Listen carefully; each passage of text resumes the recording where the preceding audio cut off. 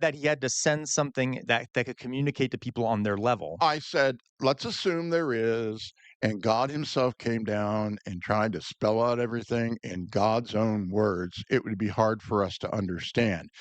But if you want to go the Christian route now, that's why Jesus was sent. I know a lot of people think that he was a prophet. Okay. Uh, Jesus was sent because he was human. I'm not even going to touch on the God part. He was human and could put better into terms for people to understand.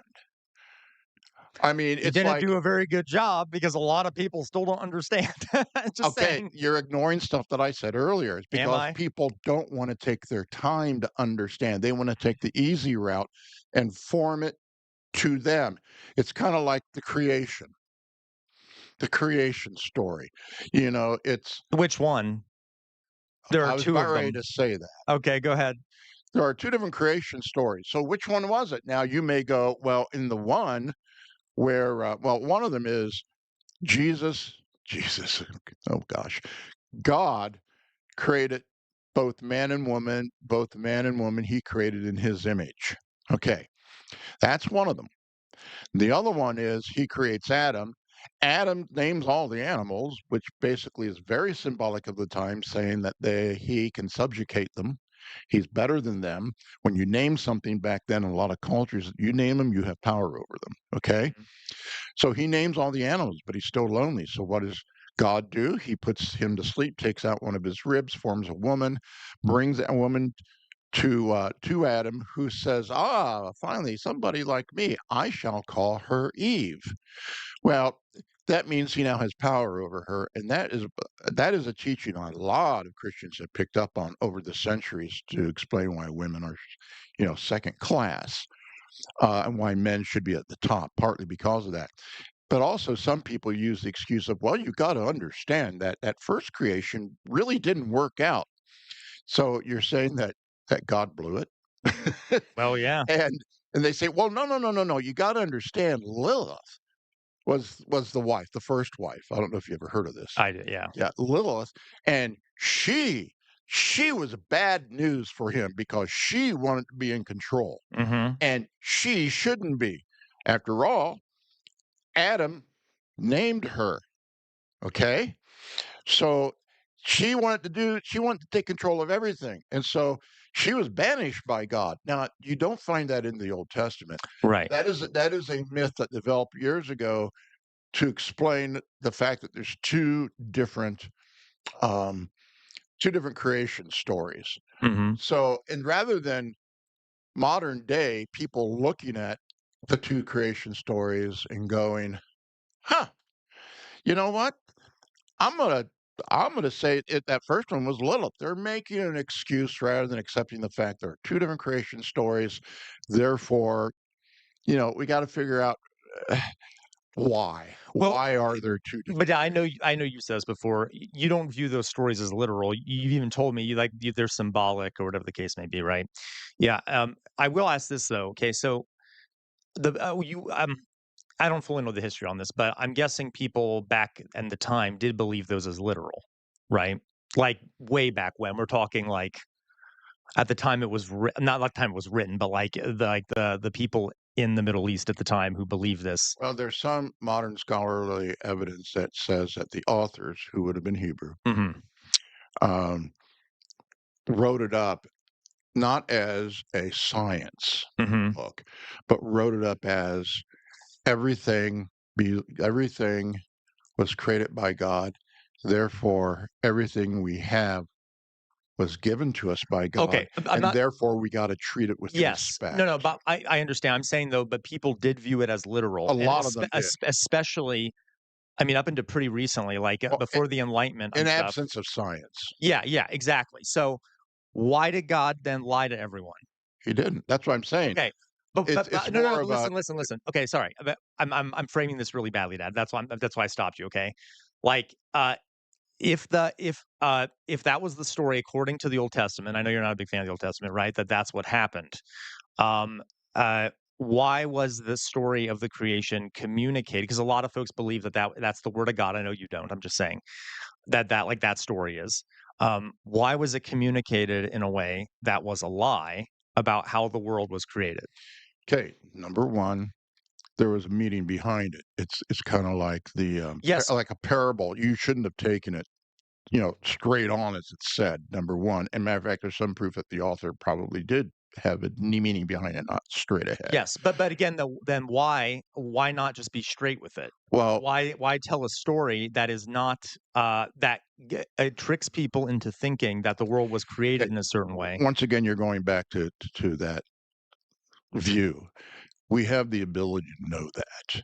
but And people at the time didn't. we prefer to take, for instance, it's a lot easier for me back then, a man, to show that I have power over my wife, and my wife doesn't have power over me, and make sure the laws are all in my favor, not her. If I go and say, "This is what God did," or go to the second one, this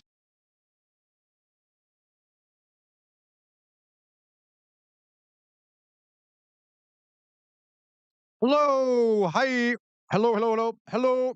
Hi guys, hello. All right, we got some stuff to talk about. Got some stuff to do. Let me see who's here.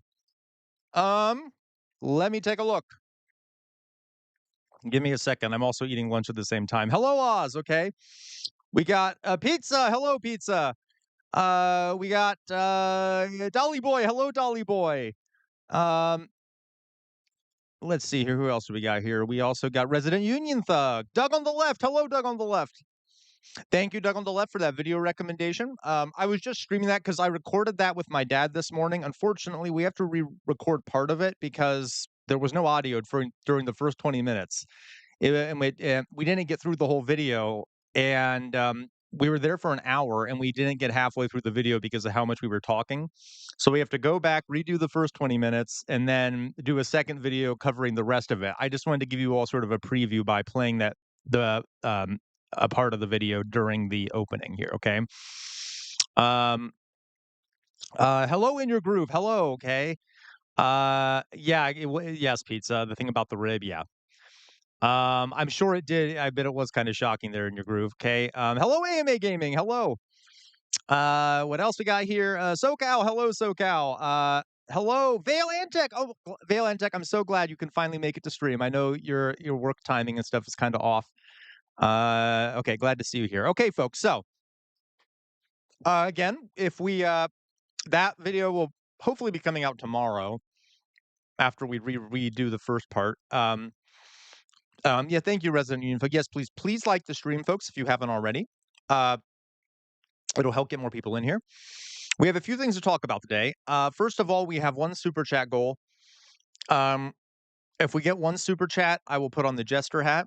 You all know the drill. If we get three, so if we get two more after the first one, I'll put on the collar, and then if we get two more after that, I'll put on the makeup. If we get to 10, we'll either do a Q&A or we'll do a second stream.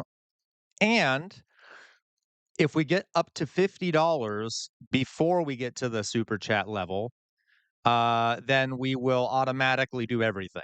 Okay.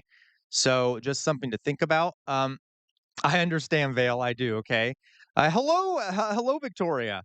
Uh, okay.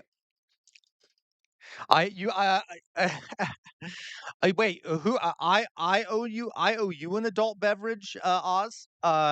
Because I was drinking on stream that one time. Anyway, this, by the way, is Coke Zero. Okay. Oh, you're talking to Resident Union Thug. I got it. Okay. Hello, Vexed. All right, guy. Good. Everyone's coming in now. Fantastic. So, few things we're going to talk about.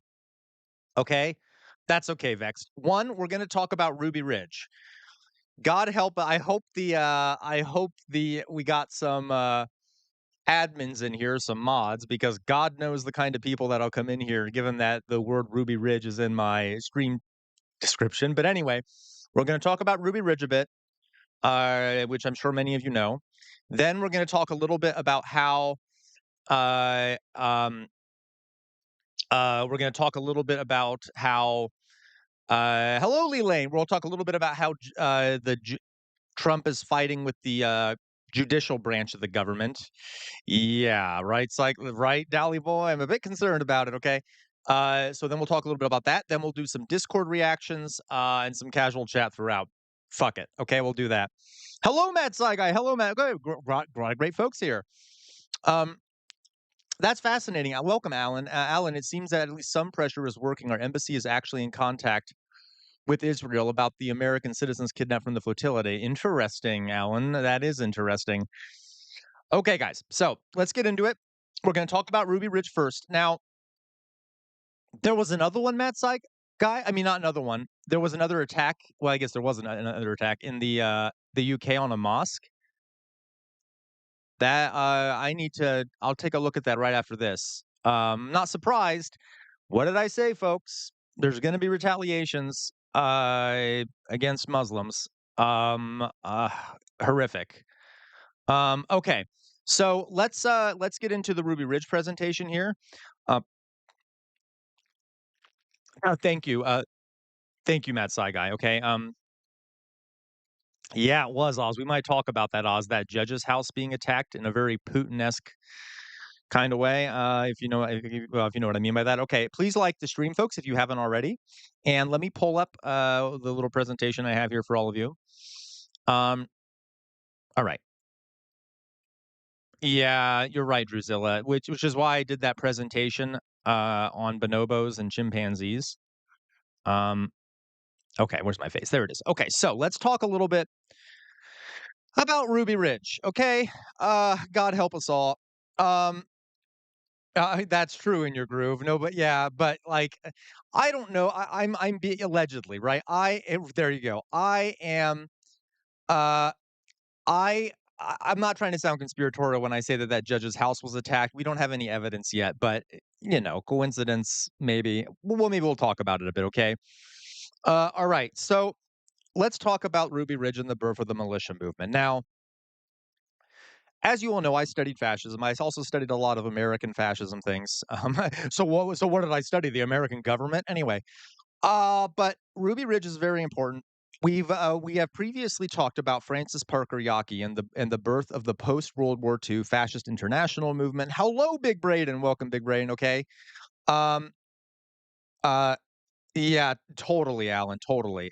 Yes, Druzella, we did a presentation. I did a presentation on bonobos and chimpanzees on Saturday. Go back and watch that, folks, if you want to do well on the quiz. Yeah, exactly, Oz. But it is super suspicious. Okay, so Ruby Ridge. Here's the thing. Okay, first of all, for the mods out there, please keep an eye on the chat because whenever I have a feeling having Ruby Ridge in the title might attract some loons in here. But anyway. So, whenever we talk about this, we have to consider two things. One, there's practically no good people in this story, okay? You'll see what I mean. And so we have to kind of try and disconnect our perspectives on like far right-wing fascists kind of. Because you're going to see that this was a clusterfuck all around. And like the federal government made it worse. Okay, the federal government really screwed this up. They really did. And the people that they were targeting were also not good people, but were kind of victims in the situation. So I'm going to explain some of the ideology of the people, and then we'll talk about what actually happened at Ruby Ridge.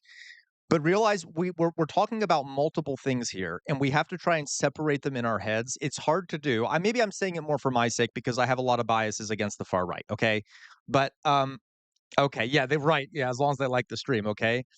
Uh, Thank you, Oz. Thank you very much. Okay, Oz, we already got the. I'll put on the jester hat.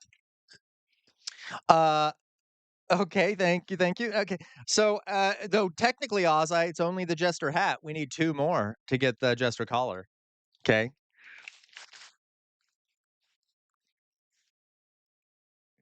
Yep, Dally boy. Yep. All right. So there we go, Jester hat, folks. Let me change our goal here. I'm going to set it to 5, but that's because they don't let you set it to 2. Thank you very much, Oz, for that. Okay. So we're going to set it now to 5, which means if we get 2 more. Oh, what I do? I did something wrong there. Yeah, give me a second. I need to move some stuff over, move this over here. Okay. If we get one, two more super chats, it'll be the caller. All right. Two caller. Uh, and then if we get to four, it'll be the makeup. All right. And if you're over on Twitch, it'll count if you send me um and if, it'll count if you send me bits. Um, all right. Thank you guys. So thank you, Resident Union Thug. Okay, one down. We just need one more. Thank you, Resident Union Thug. Okay. So with just one more and we're good to go for the caller. Okay. I'll get back to this now. By the way, folks, I'm sorry. I keep forgetting things I need to do. I don't like doing this self promotion crap. So I also need to quickly ask you on the screen here, in the lower, what is it? Lower, I don't know, corner here. There is a QR code next to my face. If you click, if you put your phone up to that, you can also send me something through, send me a coffee, and then just post a coffee emoji in the chat, and I'll know to look at it, and that'll also count. Okay, continuing. So Ruby Ridge and the birth of the militia movement. Let's continue. All right. First, yeah, he really did, Doug, and there was a lot of other good stuff in there. It was also good because it gave him and I a chance to debate some things and kind of get our perspectives on things. He really liked Doug, though. He like agreed with him 100%. I tried to throw some wrenches in there just to make it more interesting, but yeah, okay. All right, so Christian identity. First, we have to talk about something called Christian identity. God help us. Before we do, let me point out that the Christian identity movement is hardly Christian. Okay, it's called Christian identity. Not really Christianity. I am not normally a fan of doing like not all true Scot the true Scotsman fallacy, where you say that because you disagree with someone, they're not part of the group that they claim to be. But in this case, almost certainly not Christians. Okay, so Christian identity is an interpretation of Christianity. It's not really Christianity though, which advocates the belief that only Celtic and Germanic peoples, such as the Anglo-Saxons, Nordic nations, or the Aryan race, whatever that means, uh, uh, are the descendants of the ancient Israelites and are therefore God's chosen people. Okay, uh, they are derived from actually an idea from Britain called British Israelism. How dare you, all you British folks out there? How dare you? This is your fault. Okay, no, I'm kidding. Okay. Oh, yeah. Thank you so much, Matt Saigai. Okay, you know what? We'll put on the collar. Thank you, Matt Saigai, for gifting all those memberships. Okay, so putting on the collar now.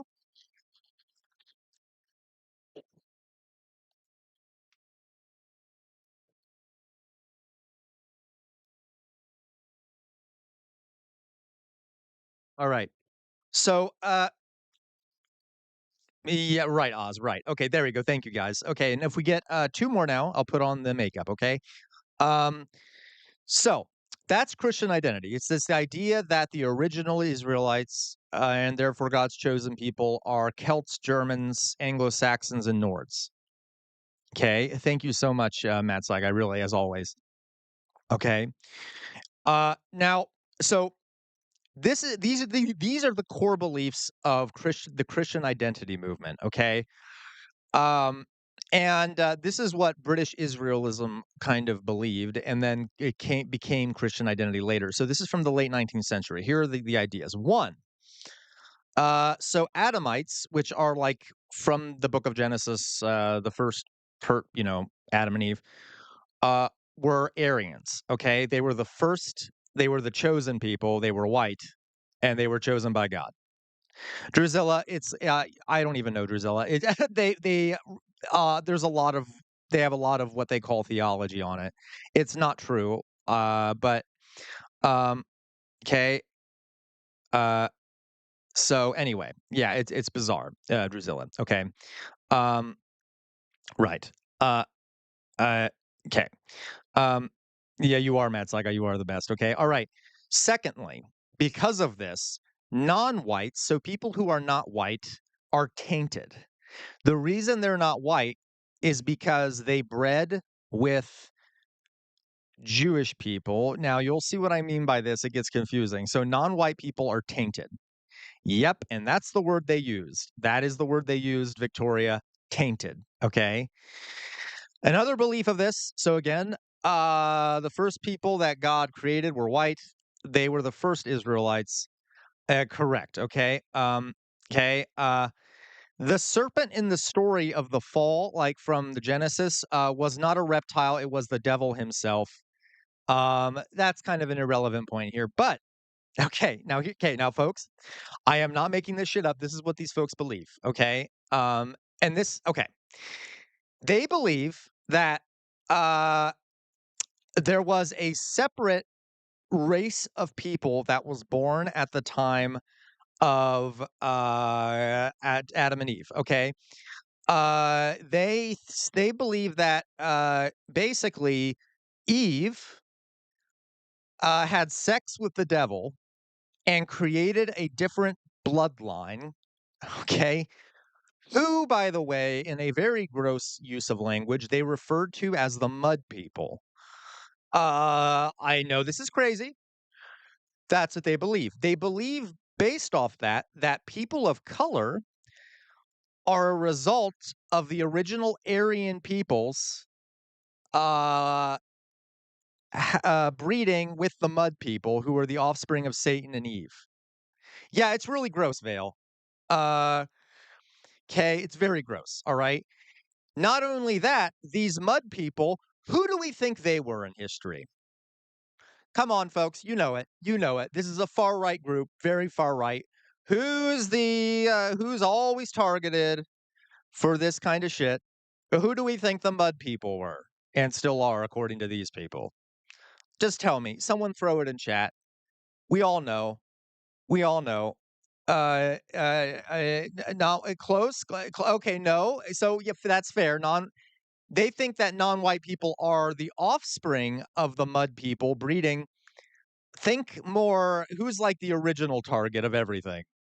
Thank you, London. The Jews. Okay, so they believe that the offspring of Satan and Eve were the Jews, and then people of color are the result of basically Jewish people breeding with Aryans to be tainted. I know that's bizarre. I know that's insane. And you all had great guesses. Trust me, any of those could have been true. Okay. So we're like real crazy shit. Okay. All right. So again, the last thing here, they believe that the Jews were descended from this unholy line and thus had a natural propensity for evil. Okay. That is British Israelism. Okay. Okay.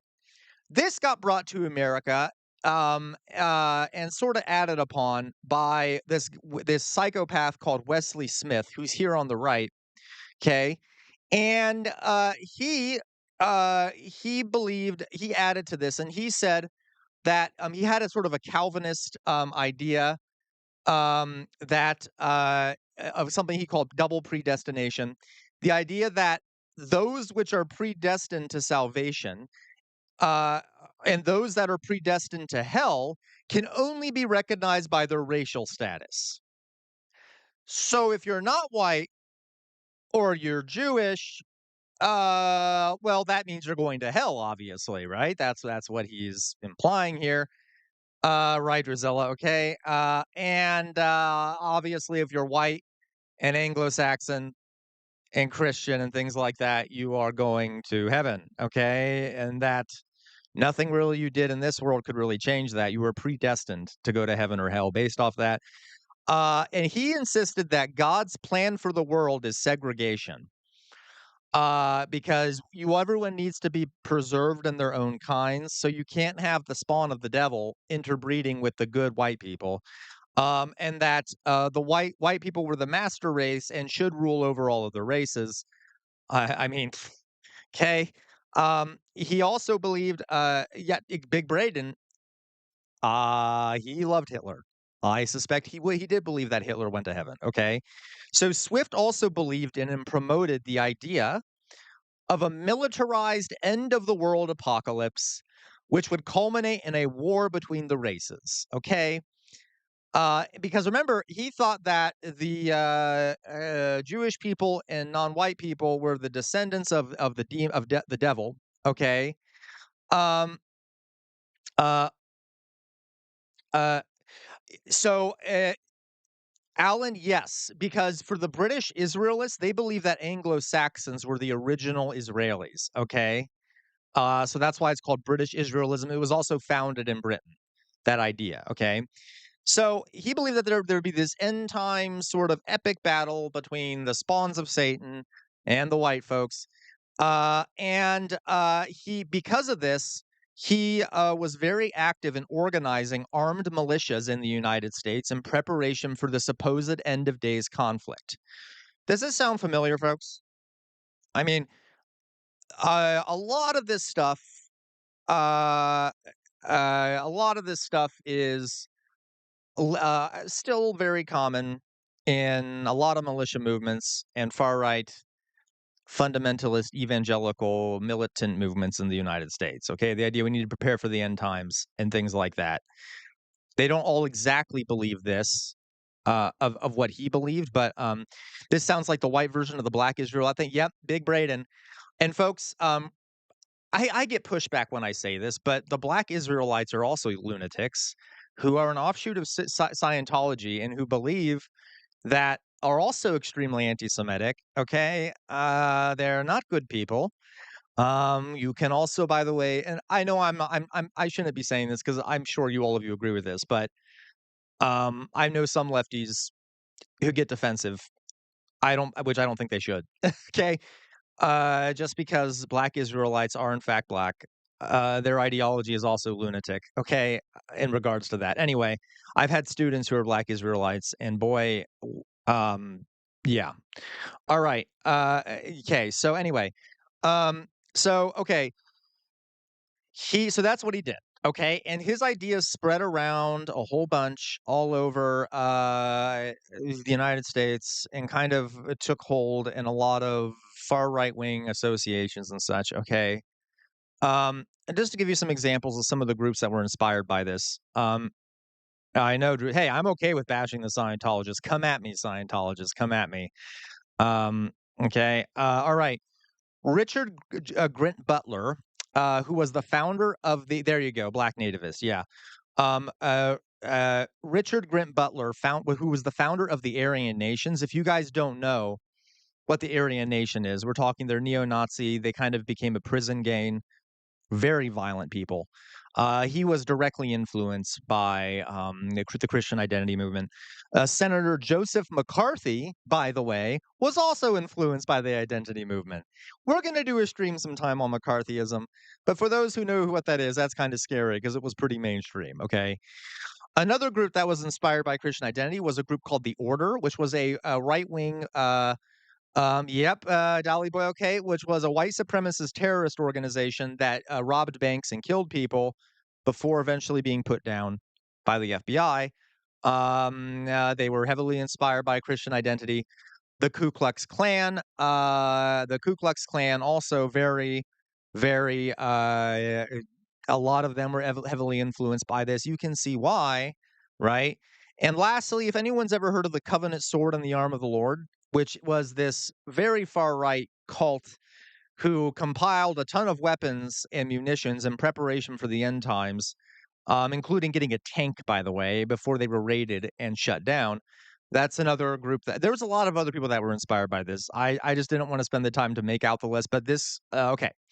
So that brings us to Ruby Ridge. Okay, so now you know what Christian identity is. Yeah, Doug on the left, the family, 100%. Okay. Um, so let's talk about Ruby Ridge. On the right here, you see an image of the mother of the Weaver family and her children during this time. Okay, yeah, Matt. Oh yeah, absolutely, Matt Saigai. Some of those Hindu nationalists are lunatics. Okay, you know that, Matt Saigai, but okay. So and same thing with Islam. There are Muslims who have some pretty loony ideas. Okay, so I'm not trying to bash just Christianity here. There are loonies in every religion. There are also some loonies in secular ideologies. Okay, all right. So Ruby Ridge. So in August of 1992. Uh, a standoff between federal agents and the Weaver family, which is shown here on the right, minus the father, who's not in that image. Um, in northern Idaho, okay, it became a flashpoint that exposed deep tensions between individual liberties and federal authority. Okay, so basically, it started off as this minor firearms violation that was being we'll get into it, okay, and it ended up ending in a violent siege that would reshape American politics for decades to come and still affects us today. So let's talk about what actually happened at Ruby Ridge, shall we? All right. So the Weavers, this family, the Weavers lived in this compound, which is here on the right. This was actually taken, I believe, from either from a police helicopter. Okay, up in the mountains of northern Idaho. They lived in isolation. Okay, and they did this on purpose. So Randy Weaver, who was the father of this family, sort of the patriarch, if you want to put it that way, was a former U.S. Green Beret. He lived with his family in a remote cabin near Naples, Idaho. Okay, their home lacked electricity, it didn't have running water, and they did this on purpose. They had a desire for self-sufficiency, and they wanted to withdraw from mainstream society. They thought mainstream society had been polluted, by all sorts of different things, a lot of them sort of Christian ideology, as in they had a very strong Christian ideology. They thought the modern world was degenerate, and they also were afraid of, all the mud people. We won't go too much into that, but they had a lot of Christian identity beliefs, okay? Um, they were influenced by the Christian identity theology, as it says down here. While Randy, who's the patriarch of the family, okay, never officially joined any white nationalist group. Our RBP, and by the way, RBB, Waco was directly influenced by this. This sort of started off a series of other terrorist things and other compound raids. Okay, this was very influential. It's still influential to this day. Okay, Randy never officially joined any white nationalist group, though he did attend meetings of the Aryan Nations. Okay, right down the street from where they lived, there was an Aryan Nations compound full of Nazis, and he would attend their meetings. We don't have any proof that he was actually a part of that organization. He was kind of a loner. He did attend Aryan Nations meetings. Okay, you get the point though. Regardless, he and his family did hold these very strong Christian identity beliefs, and they wanted to sort of separate themselves from society and live off the land to an extent, okay, without being polluted by modern society. All right. Now, this is what ends up happening. Okay. So in 1898, the ATF, so the Bureau of Alcohol, Tobacco, and Firearms, which is a American law enforcement agency, convinced they were already spying on the Aryan nations. They convinced Weaver to sell them two illegal sawed-off shotguns. Okay. Now remember what I said here. There are no good people in this story. The federal government really, really fucked this up. Like they deserve all the blame in the world for what you're about to see happen. Okay, and you'll see what I mean. They convinced Randy to sell them two illegally modified shotguns, basically sawed-off shotguns. Okay, and you could legally consider this entrapment, which is illegal. How they convinced him to do this, there's debates about this, but they kind of did this illegally. They kind of violated his rights by how they tricked him into doing this. Regardless, they did it. So there's one critique of what the FBI did. Okay, second. So, and that was in 1989. Then in December of 1990, a federal grand jury indicted Weaver for his illegal weapon possession. Okay, and he was arrested, but then released on bail. Okay, and then he was told you have to come back to the courthouse. All right, for your next appointment with the judge. Well, in 1991, Weaver missed his court date. Okay, why did he miss his court date? Well, the court apparently, it's unclear to this day, but apparently, the evidence shows that the court put the wrong date down for him to return. Okay, so um, they put a court date down, and that was the wrong court date. And so he didn't show up. Part maybe because he was ignoring, maybe he did know what it actually was, but the documents had the wrong court date. And so because of this, right, Matt's like, I'm sure you are. Okay. Uh, they issued a bench they issued an arrest warrant for him because he didn't show up to the court date that he didn't know the date of because the judge had the documents were wrong. Okay. Again, you can see how this is a clusterfuck already. All right. So then what ends up happening is that US Marshals placed Weaver's cabin and his family under surveillance. And they started Weaver and his family, who remember, believe in this sort of apocalyptic end times theology that believes that eventually there will be a race war and don't like the outside world. They don't trust it. They start noticing people watching them. And what do you think they do? They start getting very paranoid because who wouldn't? Okay. Who wouldn't get paranoid if they saw government agents spying on them and they don't know why? And so the family kind of retreated into a defensive mindset and they stopped leaving the house. They became very afraid. Okay. Now, this is where the shit hits the fan. So, real fast here, some of the failures of the government already we've talked about, and there's more. So, obviously, there was some confusion about the court date. They also may have entrapped him when they first sold him the weapons. Then they have to rearrest him because of that violation, and they send 5 U.S. Marshals. How dare you, Malzord, okay? 5 U.S. Marshals to spy on him and his family for a weapons infraction. Uh, Seems like a lot, okay? Thank you, Malzord, okay? Um, and in the meantime, the federal government had labeled his family as dangerous extremists, okay? Some people will critique this and say that that was an exaggeration. Yeah, it was. There was no proof that they were like doing any sort of extremism. They hadn't killed anyone, hurt anyone. They were associated with some far right groups. I, for one, don't think this is as bad to label them as dangerous extremists because I'm biased against people on the far right. But it is true that the FBI had this idea, the ATF, the FBI, the government had this sense in their heads that these were violent extremists who are going to kill them at the first chance they get, even though there was zero evidence that they would do that. Okay. On furthermore, there was a complete breakdown of communication, which you'll see here in a second. Okay. So this is what ends up happening. So, okay, now folks, I'm going to give you a content warning here. This is dark. What ends up happening, and it's really sad. Okay. So on August 21st, 1992, 6 U.S. Marshals in camouflage, which, like, if you want people to peacefully come out of a house, are you going to come up to them in camouflage? Sounds kind of scary, um, to me.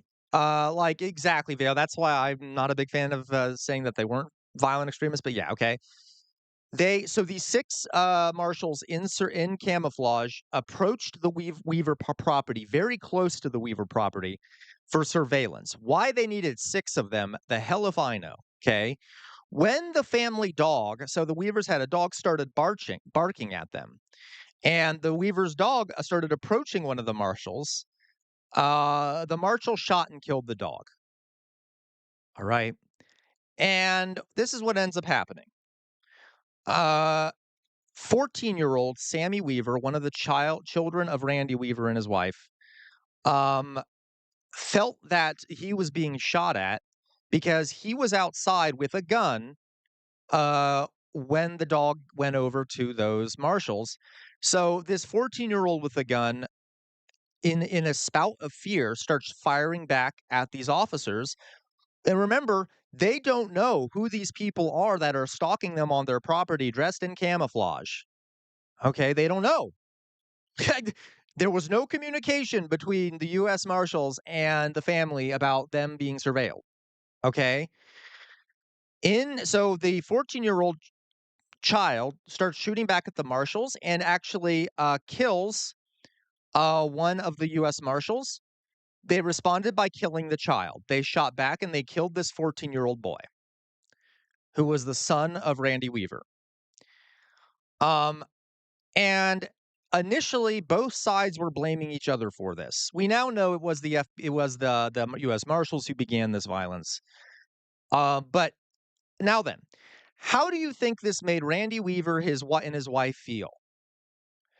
That there were these men stalking them in the woods, killed the family's dog, then killed their son.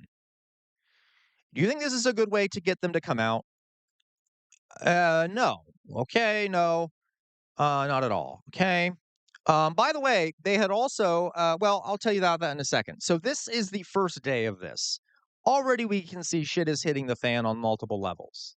Okay. Here you have, yeah, right, Dolly Boy. Here on the right, you have a protester saying the Fed shot first. A bunch of white nationalist protesters and also conservative protesters actually went out to the House.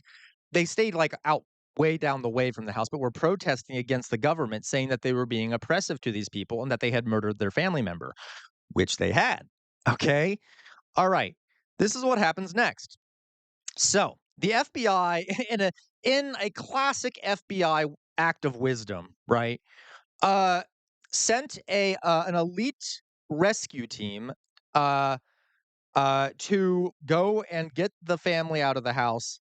And because a U.S. Marshal had been killed, exactly, Vale, this only reinforced their views about the world, right? This was cementing their extremist ideology. Okay.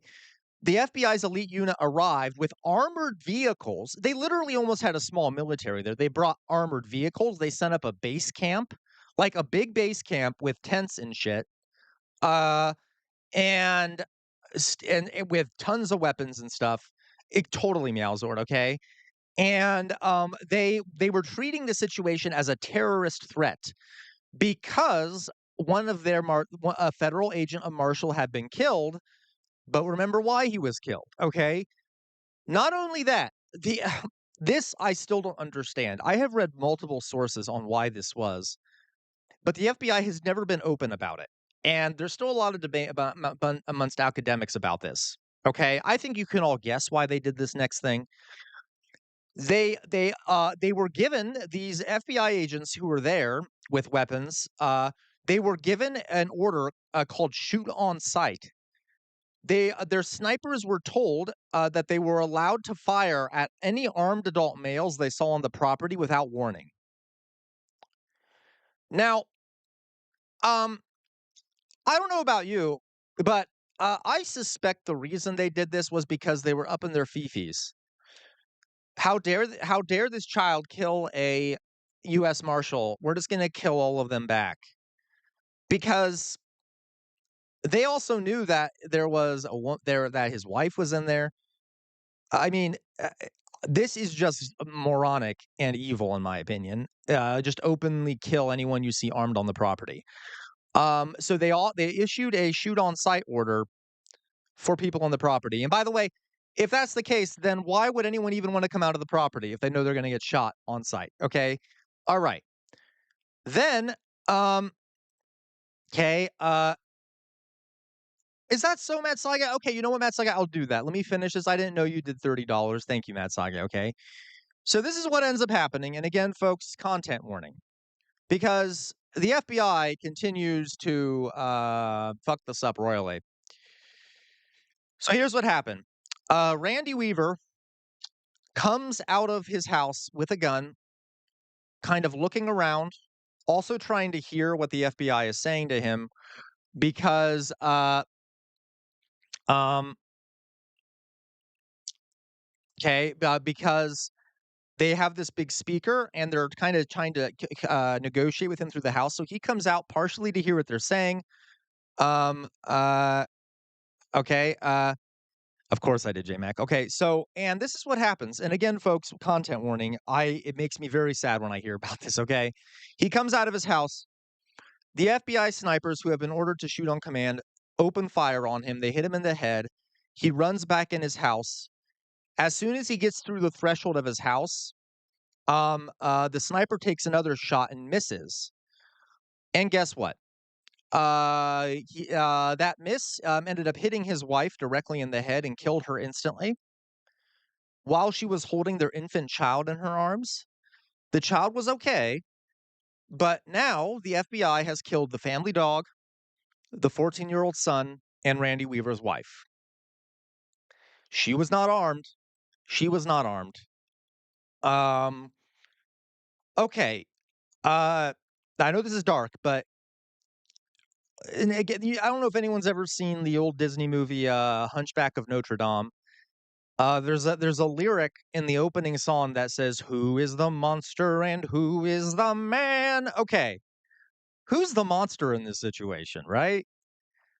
Maybe I mean, I think, uh, this is why I was saying at the beginning, right, London? Yeah, correction, she was armed with child, which is extremely dangerous to snipers from hundreds of feet away, right, London? I mean, like, yeah, right, yes, right side, yeah, you have some stone, right? This is just like what Israel does to Palestinians, right? I mean, this is bad, right? Okay. Um, we are kinda like Israel, J-Mac. I think "kind" is an understatement, but okay, alright. So, uh, okay. And you know what also is kind of bizarre, folks, is, these were white people. Why am I saying that? Because of course, I mean, if these folks had been black, let's say they were black Israelites or something, they probably would have just bombed the compound. Anyway, um, yeah, right, Vale. Like it's hard. Like as I said, there's not really any good sides here. Everyone, right, J Mac. Like I mean, this is like okay. Um, so this standoff between the Weaver family, which 2 members of which were dead at this point, and by the way, the wife was still on the ground, her body beginning to, rot in the house, um, okay? The standoff continued for 11 days, after the initial shooting. Inside the cabin, the Weavers mourned their dead, and of course, what do you think they did? They refused to surrender, because why would they now? They think they're just gonna be killed when they go outside that house. And they now believe that the end times is upon them. So the FBI and US Marshals and ATF made this 1,000 times worse. And I remember, folks, do you remember the original reason that they went there? Because he had not shown up to court because there was a mix-up in court dates over a weapons charge violation, okay? Alright. As the news of Vicky's death, so his wife's death, leaked, public opinion really turned against the government. Protesters gathered near the property, 'kay, and media coverage increasingly questioned federal tactics. Yeah, okay, yep, J-Mac, sawed-off shotgun and selling it to a Fed, okay, eventually, though, it was peacefully resolved, and I am not a fan. I wanna point something out. I am not a fan of Randy Weaver. I think you all know. I am not a fan of Christian identity people who are far right wing and white supremacists and stuff. But in his defense, okay, eventually what they did is they sent a sort of a former special forces, who was a friend of Randy Weaver, up to his cabin to negotiate with him. Um, and this guy was heavily respected in the far right wing patriot movement, and he convinced Randy Weaver to come out unarmed, and he surrendered. Okay. So Randy Weaver comes out, he surrenders to the authorities, and it ended peacefully, if you want to say that, on August 31st, 1992. So I was going to say I'm not a fan of Randy Weaver, but I got to admire the man's bravery after everything that had happened. He still came out after being convinced. Again, not defending him, just saying. I don't know if I'd be able to do that. Okay. Yeah. So okay. This sparked a massive public outrage. This whole thing, especially on the far right. Okay, this was sort of a moment of revelation for the far right in the United States. Christian nationalists, neo Nazis, Ku Klux Klan, different religious cults, and things like that. Okay, for multiple reasons. One, the disproportionate response, right? Um, a minor firearms violation was treated as a national security threat. Um, okay, with military style tactics deployed against a family with children. Okay, obviously, right? We can see that. Not only that, there were massive violations of these folks' constitutional rights. The shoot on sight rules of engagement, it completely ignored due process. and the presumption of innocence, and they authorized deadly force without any imminent threat that they could see. Okay. Lastly, there was a the media narrative shifted. Okay, totally, Joshua. Okay. Um, at first, the media, like the mainstream media, was of course taking the side of the government and saying these are dangerous extremists who are going to come kill us all. And then after this, the media was like, "Oh, wait a minute, maybe the federal government was wrong." Okay, so there was a media shift, and this is what ends up happening. So, this is almost more infuriating. Randy Weaver was put on trial, and he was acquitted of all major charges. He was the only thing he was convicted on was failing to appear in court. Um, and, 'Kay, like, he didn't even end up getting charged with a crime because there wasn't enough evidence to have charged him to begin with, and his only crime was not showing up to court. 'Kay? Later, the government ended up paying him $3.1 million. Yep, all of that was for nothing, Dolly Boy. For the damages they had done. By the way, the government fought this tooth and nail. They didn't wanna pay him. He got $1 million for each surviving Weaver child, and which is not going to make you feel better. I don't care how much money it is. Okay, and about 100,000 was sent to Randy Weaver. Um, and these verdicts and the settlements were widely seen as an acknowledgement that the federal government had made a mistake.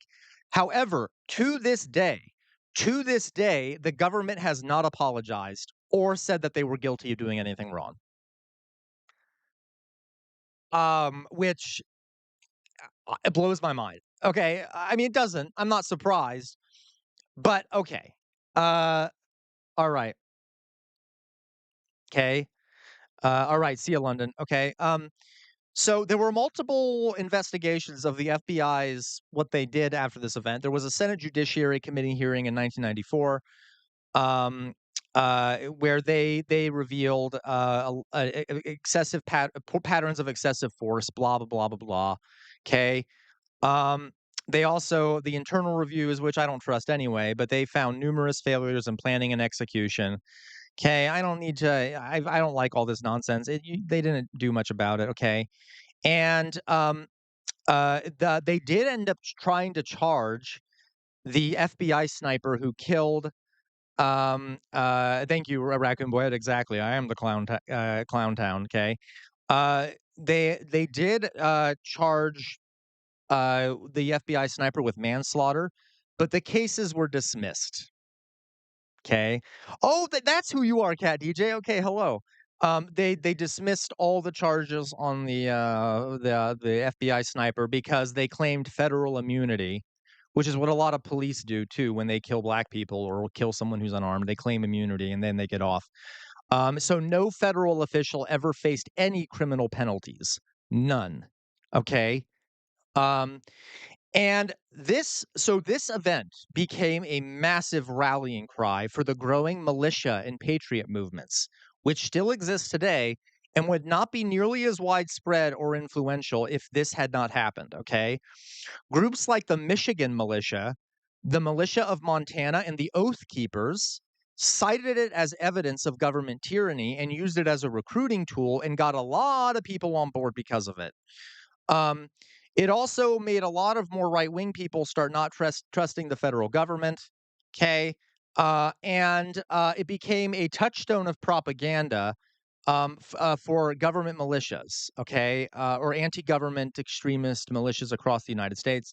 And then, folks, just to emphasize this, this led to a few other things. So there was Ruby Ridge, and then about a year after Ruby Ridge was the Waco compound siege, where the FBI oh, I know, right? It would be preposterous, right, Raccoon? Okay. Where Ruby Ridge, right after that, there was the Waco siege where the FBI launched a siege on the Branch Davidian compound and ended up resulting in the death of 70 people, including women and children, which we'll talk about some other point. And this was followed by the Oklahoma City bombing. Okay.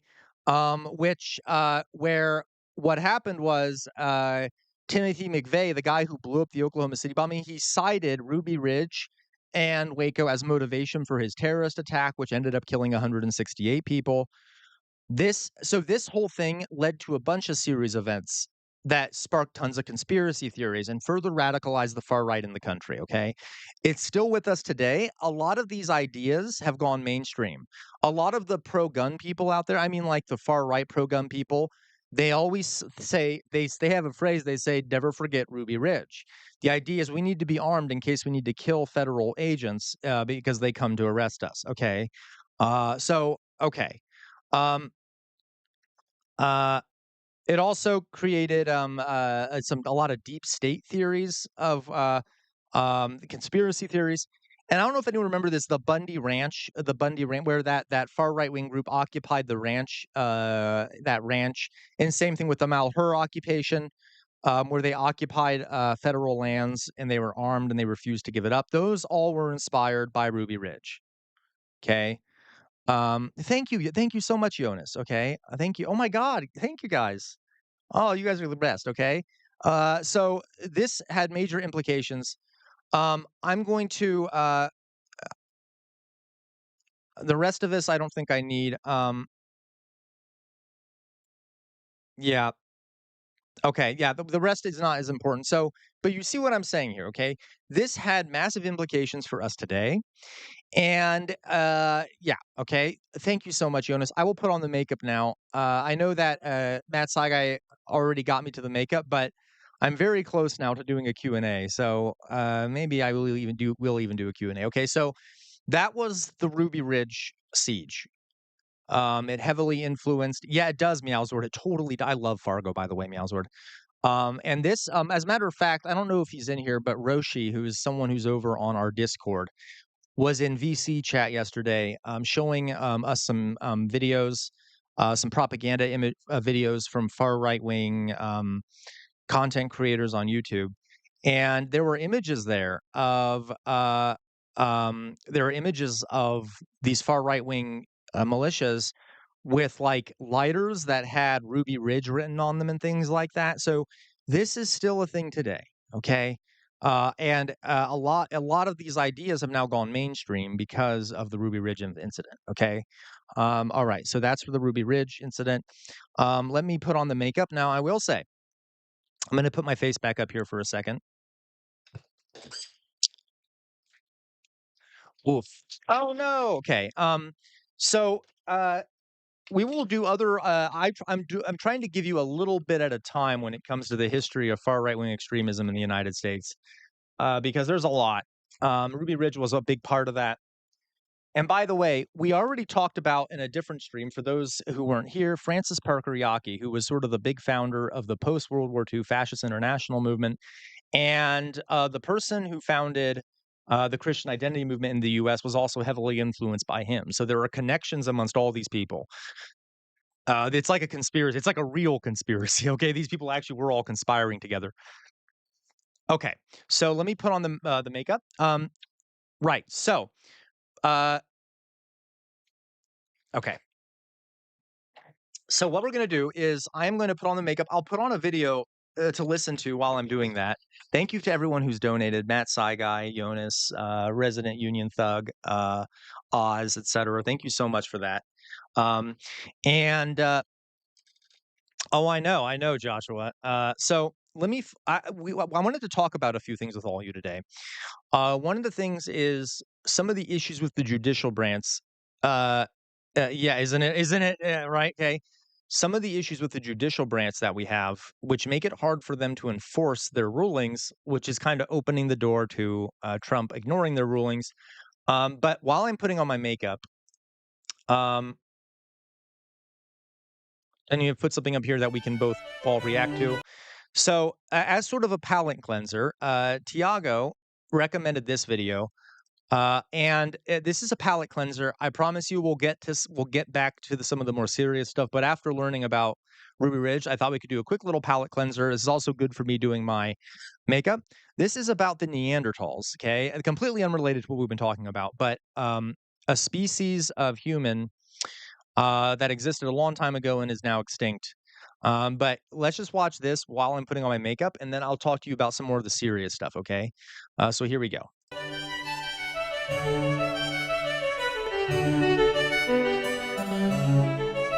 Hey kids, remember Neanderthals? Me neither, cause they're dead. Some say they went extinct because of out-competition by Homo sapiens, but personally, I don't subscribe to that notion. I believe that they went extinct primarily because they interbred with early humans, not because they were inferior survivors. They Now, I did. could ramble on for a couple of hours about the genetic and archaeological evidence for Right, this, but Jonas? modern experts have already run those points into the ground. No, instead, I want to bring something totally new to the table that I thought of myself. I call it the sexy Neanderthal theory. Okay, hear me out. From a modern day point of view, this all sounds ridiculous, right? If someone came up to you asking if you wanted to reproduce with a Neanderthal, you'd say no, that's disgusting. Who are you? This is a mall. Where is security? But that's just what society has taught you to believe. It doesn't really reflect the true animal within you. J-Mac, how dare you? Yes, yes, they do, J-Mac, and it's an ongoing problem. My mouse and my keyboard have paint all over them because of me. Yeah, okay. How dare you, J-Mac? Okay.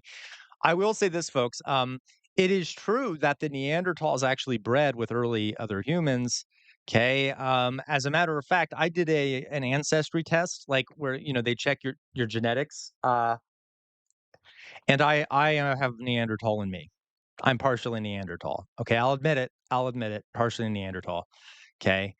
Um, I believe it, Matt. It's like I believe you have been living for 10,000 years. Okay, that I do believe, Matt. Like, Don't believe me? Take a look at this sculpture. Gross, right? Well, guess what? Cavemen used to whack off to that. They thought it was great. So we're gonna have to Jonas. put away all of our deeply rooted cultural Yeah, Jonas says there could be some hot ones out there. Hey, Jonas, in the gay community, we call those bears. Anyway, ideations for a second, and instead look at things from a purely biological perspective. First, I gotta learn y'all a thing or two about sexual selection. yep, There are you're two right, main Joshua. types of sexual selection. There's intrasexual selection, where members of the same sex compete for dominance, and intersexual selection, where members of one sex are intentionally choosy about who they mate with. Now, most of these are done by most animals to some degree, but with humans and most other mammals, there's a bit of an asymmetry in how either sex performs its selection. Namely, males tend to focus more on intrasexual selection, while females prioritize intersexual selection. This isn't just me stereotyping, I swear. There's actually an evolutionary reason for this. See, whereas males barely invest anything at all into mating in the absence of monogamous culture, childbearing is a huge deal to females, using up a lot of resources, so it only makes sense that males would want to be more promiscuous and females more selective. So to recap, The Bachelorette, that's an accurate portrayal of our most basic instincts. On the other hand, if The Bachelor were to be done with a bunch of cavemen, there wouldn't be this season-long show. Just a 5-hour special where The Bachelor bangs every contestant at once, which, in all fairness, would still be higher quality entertainment than the show we have now. Anyway, what's all this got to do with 100%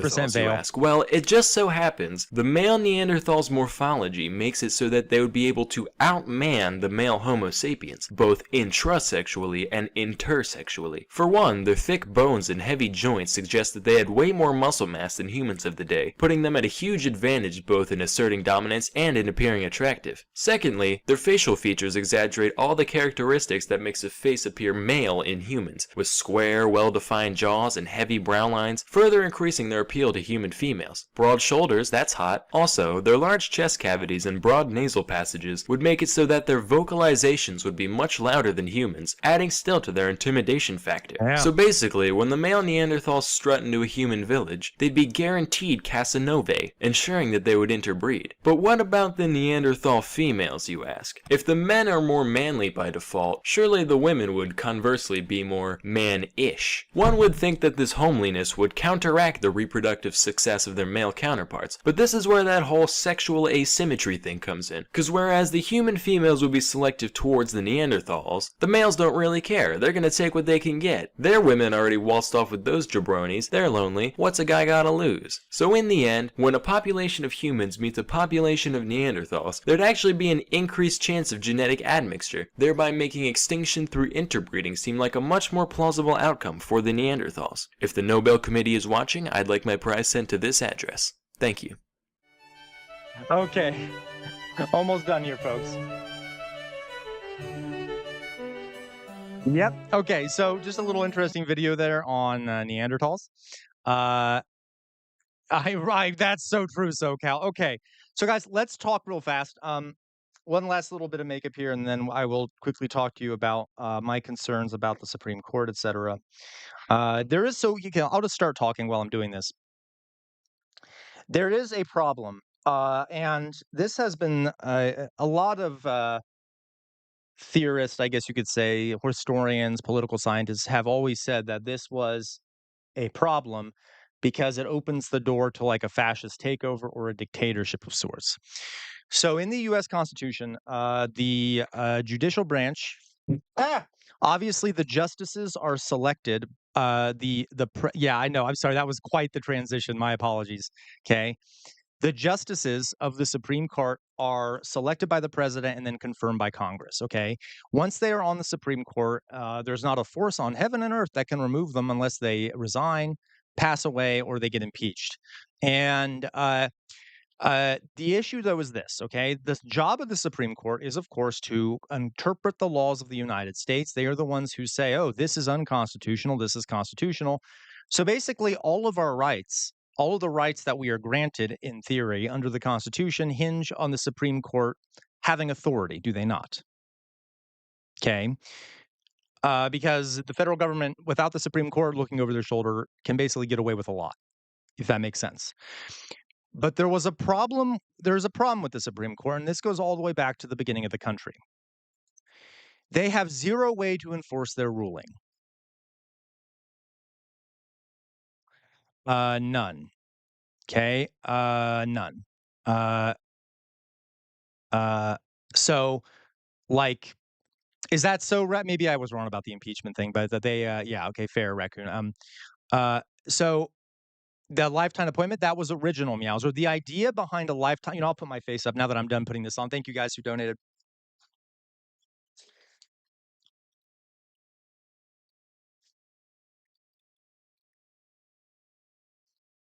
All right. So, put my face back up here. I just wanted to talk to you for a second. So, to answer Meowzord's question, uh, the lifetime appointment was originally sent in at the very beginning, Meowzord. The idea here was that a judge should not have to worry about what the population thinks. So, if you're appointed as a judge, you're there for life. You don't have to worry about being reelected, so you can make unbiased decisions while you're a judge. That sounds lovely. It doesn't necessarily work out that way, but that sounds lovely. Exactly, raccoon. Okay, I think we need to have a limited. I do think we need to politicize the Supreme Court a bit. I feel like that's just a much better way of doing it. Um, but yes, you're right. They would not be alive as long, Meowzord, but they would still live pretty long at the time, like 50s, 60s, if you live that long, 50s, 60s. But so okay. Now, so here's the issue, right? The problem becomes, uh, yeah, me too, Vale. But like Vale, and that's my issue, Vale. You're right. Thoughts, if the Supreme Court should be an elected position rather than appointment, given that it's one of the most important roles in the government. Yeah. And we could do it as sort of a third way. Okay. Um, uh, I see the issues with having, yeah, see, this is the thing. So Matt Saigai and Vale, there are good arguments for both sides of this. I kinda would prefer, like, a middle ground, like, maybe they are appointed for a shorter term, and then they have to leave, and then someone else needs to be reappointed. Maybe we don't put it up for election, but as it is now, this is not a good system, and there's not I don't know of any system that would be perfect in this regard, but I don't have an answer to it. Okay. Yeah, go ahead, Matt Saigai, explain. Explain, your disagreement, because again, I don't have a set belief on this. Regardless, explain your disagreement, but there is so when the Supreme Court makes a ruling, uh, that's fair, Matt Saga. That's fair. Yeah, they may be raccoon, maybe. But then that also brings up other issues. Yeah, and that's the other thing, Jonas. So you can pack the court. So there is no limit on the number of justices that can be put on the Supreme Court. Um, so it is theorized that way, and FDR tried to do this, by the way, or FDR did do this. if you don't like the ruling of the Supreme Court, the president can just try to appoint a bunch more justices to the Supreme Court, and they would have to be confirmed by Congress. But you can just have as many justices on the Supreme Court as you want until you get your way. Um, it's yeah, you're right. See, this is why I don't know, Matt Saigai. I'm just kind of spitballing here. Like, I don't know how to fix that problem. But anyway, so if the Supreme Court makes a ruling, so let's say that it says the federal government is not allowed to do this or that, okay? Historically, and this is one of the weakest forms of getting something done you can imagine historically, the government would act on virtue to do what they've been told. So basically, the only thing that makes the rest of the federal government follow what the Supreme Court says is that they have a virtuous belief that the Supreme Court should be listened to. I don't know about you, but that's a bit weak, right? Because how the fuck are we going to trust the federal government to always listen to what the Supreme Court says? And there was a president, Andrew Jackson, who famously said, the courts have made their ruling, now let them enforce it, because he was ignoring what the courts were saying and he did what he wanted anyway, and there was nothing the court could do about it. And most of our presidents have listened to the Supreme Court's rulings. Um, I know, I get it, Raccoon. Okay. But how the hell does the Supreme Court enforce its rulings? There's no way. It doesn't have an enforcement body. It has U.S. Marshals, but the executive branch is in charge of enforcement. So do you see the issue here? Okay. Um, yeah, exactly, Meowser. That's my thing. Like, um, yeah, right, right. Matt Saigai, I agree. Now, I obviously have a more radical vision for what I want the United States to look like. I'd like the Senate to disappear, amongst other things. But if I were to step back and just look at it, I think that the judicial branch needs to have an enforcement mechanism too. The problem would be with that is that then what'll happen and again, this is what I'm saying. There's no good answer to this. If the judicial branch sends enforcement agents to the White House to enforce a law that the president is breaking, what do we think is going to happen? The president's agents of enforcement are going to get into a skirmish. Okay, it is a very difficult issue to solve. Okay, and recently, and this has been a lot of historians and political scientists has said this is going to be a problem someday, because what if you do get a president who doesn't listen to the courts? And they start breaking the Constitution by violating the laws of the Constitution. Yep, exactly, in your groove. It would be a civil war. You would how would the country stop that? Because the judicial branch can't enforce himself. And what we're seeing here, folks, is that's what Trump's doing. So a judge has now ruled, I think two judges, one ruled that he couldn't send troops into LA. Another one ruled he couldn't send troops into Portland. And I think a third one ruled he couldn't send troops into Portland, but he's still sending them into Portland. And what, like, do you see what I mean? Like, how do we fix that? Um, so it's a scary issue. And I, Trump has followed a lot of what the courts have said, but he has also ignored a lot of what the courts have said. Um, yeah, you're right. Portland did sue Trump immediately after. But the courts had already told Trump he can't do that.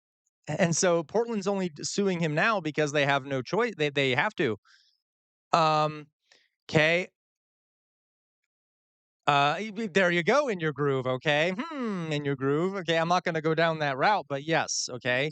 So it's just an ongoing issue. I'm very concerned about it because as the Trump administration, uh, what might end up happening is that the judicial branch might have to start relying on the actions of other civil servants. Okay. So, like, for example, the military takes an oath to the Constitution. So the judges might have to rely that the military will listen to them and that the president, even if the president doesn't, I mean, there you go, Meowzord. He will listen to the courts on non-critical rulings. So it's concerning, and as people mentioned earlier, I am concerned about the idea of civil war or some kind of intergovernmental violence because certain parts of the government will want to listen to what the judges say based off virtue. Others will side with Trump and not listen. And you're going to see you may see a direct confrontation between different branches of the government, different sectors of the government over who has the right to enforce and what they need to listen to. You see what I mean? So, just something to keep an eye on. Um, just something I worry about a bit. Okay, just something I worry about a bit. Uh, okay. And we will see how this plays out in terms of Portland, etc. Um, okay. Now, uh, yeah, true, Jonas. Okay, so that's all I wanted to talk about. Yeah, I have in your groove that the movie Civil War from 2024, really dark, kind of scary. Now, I don't necessarily buy that we're on the brink of a civil war. It would also look different. There's a lot that goes into this. We're definitely on the brink of a lot of violence, which has, yep, yep, off the rails, totally, SoCal. Yep, and that's the other thing. So, folks, let me look this up. For those who don't know, thank you for reminding me, Doug. And again, this is kind of conspiratorial, folks. Do not take my word on this. There's no evidence yet backing what I'm saying here. This is just something kind of interesting. Okay, I'll pull it up here in a second. Judge House Burns. Yeah, yeah. Okay. All right, I'll pull this up. So, I don't know if you guys heard about this, but one of the judges that ruled against Trump recently. Um, so in South Carolina, the authorities in South Carolina said on Monday that this is from the New York Times, that they were investigating a fire at a resort island over the weekend that burned a home owned by a state judge and her husband. Okay. Um, a good call, RPB. Okay. I work out too. We got to get them muscles bigger so we can punch fascists. Okay. Uh, Doug, I disagree, Doug. I know what you mean, Doug, but there are coincidences. Trust me, historically, I can tell you there are coincidences that we can verify as coincidences. But you're right, Doug. I find it very, very suspicious. Okay. So authorities in South Carolina on Monday, the home is owned by Diane Goodstein, a circuit court judge, and her husband, Aaron Goodstein, not Goldstein. Okay. According to Colleton County assessor records, Mr. Goodstein bought the house. Okay. Blah, blah, blah, blah. Last month, Judge Goodstein temporarily blocked South Carolina from giving the U.S. Department of Justice its entire state voter database. Okay. Right now, Zord. Okay. Okay. A voter had sued the state that releasing such sensitive personal information would violate state law and her constitutional rights. The South Carolina Supreme Court reversed Judge Goodstein's order. The cause of the fire at her house is unknown, but they're investigating. Um, okay. And from what I heard, they are investigating it as arson. So someone did try to burn down the house. And again, folks, uh, this could have been some random MAGA person, maybe. It could have been someone on the right wing. We don't know anything yet. Okay. It may not have been ordered by like the Trump administration. We don't know. But it is kind of coincidental that this judge that ruled against Trump's house is burning down. We don't know, though. Okay. It's just something to keep an eye on, right? And again, if this were some sort of coordinated effort, I'd expect you'd see this happening to a lot of judges' houses because authoritarians, when they do this kind of violence, they want people to know. They want people to know that they're the ones that did it. They will not say they did it, but they want people to know. So why? Why do you think An authoritarian regime would want people to know that they are targeting folks who go against them. I think it's obvious. Someone tell me in chat, please. Uh, and Okay. Because I think it's obvious, and I can give you some examples. Yep. Because it frightens exactly. It frightens the opposition and makes them less likely to speak out. Let me give you an example here. Putin, Vladimir Putin. Okay. Exactly. Would do this thing where he would have people poisoned on his behalf. And he would his agents, his government would use very specific kinds of poison. Oh, what was it called? Novichok. Okay, it would be called Novichok. Um, and exactly, and Novichok was a neurotoxin that was easily identifiable as being made in Russia. Okay, and he would use this poison. The people that he would poison would die. It would be obvious they were killed by Novichok, but then he would deny and say, "We didn't do this. What are you talking about?" Because he wants people to know it was him without admitting it was him. And what that does is it shuts down anyone who wants to go against him. So I suspect that if this was actually like the Trump administration that did this, you would have seen a lot more of this and it would have been more obvious. But again, we don't know, but it could also have been yeah, it could have been stochastic terrorism, as Doug says, where that Stephen Miller and stuff implying that violence should be done to these people led to this. We don't know. But it's just something interesting to think about. It could also be an accident. I mean, we just don't know yet. Okay. Uh, but again, if we do start seeing a bunch of mysterious deaths that are pretty obviously done by the Trump administration, but they deny it, then we know that they're doing it. We don't see that yet. Okay. All right. I know, total. Yep, perception is easier than brute enforcement. It's also, by the way, Meowsword, a sign of a weak government to do that because that means that they're not going after people directly as much because they can't. Okay, Carlitos, dude, Italy got a general strike going within 24 hours. Totally. Yeah, Carlitos, I wish we would. And Carlitos, I don't know if you guys know, I've said this a few times. I've posted in the Discord, which everyone should join. If you go to the pin chat at the top of the YouTube chat, you can join our Discord. I've posted a link to the group in the United States organizing a general strike. They're trying to get 3.5% of the population to go general strike. We could do that. Okay. Uh, oh, totally. You're right. So, Cal, I find it funny, not ha ha funny, but odd funny, how if this was a MAGA victim, they'd left no stone left unturned and be rife with conspiracy by now. But because she's a lefty, it gets the slow walk. Oh, 100%. Of course it does. And of course, it's not a big, admittedly, we're still getting details out about it. Um, maybe Joshua? Maybe. I don't think they've decided on a date yet for it. But we definitely need one sooner, Joshua, if that is the one I'm referring to. Um, no authoritarian can overpower the people. I have seen enough examples of it. Yep, no, you're right, Matt Sci Guy. That is an argument made by Gene Sharp, the expert on nonviolent resistance. The idea is that a government can only survive if a majority or if a large number of its people buy into its authoritarianism, which is why we need more nonviolent resistance and more refusal to buy in, like, things like not paying taxes, going on strike. The problem here is that I think we all know, especially the Americans, American people don't seem inclined to do that. We need to inspire them to be inclined to do that, for sure. Um, okay. Uh, all right. Okay. So I just wanted to cover that again. Supreme Court has no mechanism of enforcement. Um, I'm worried about interagency violence.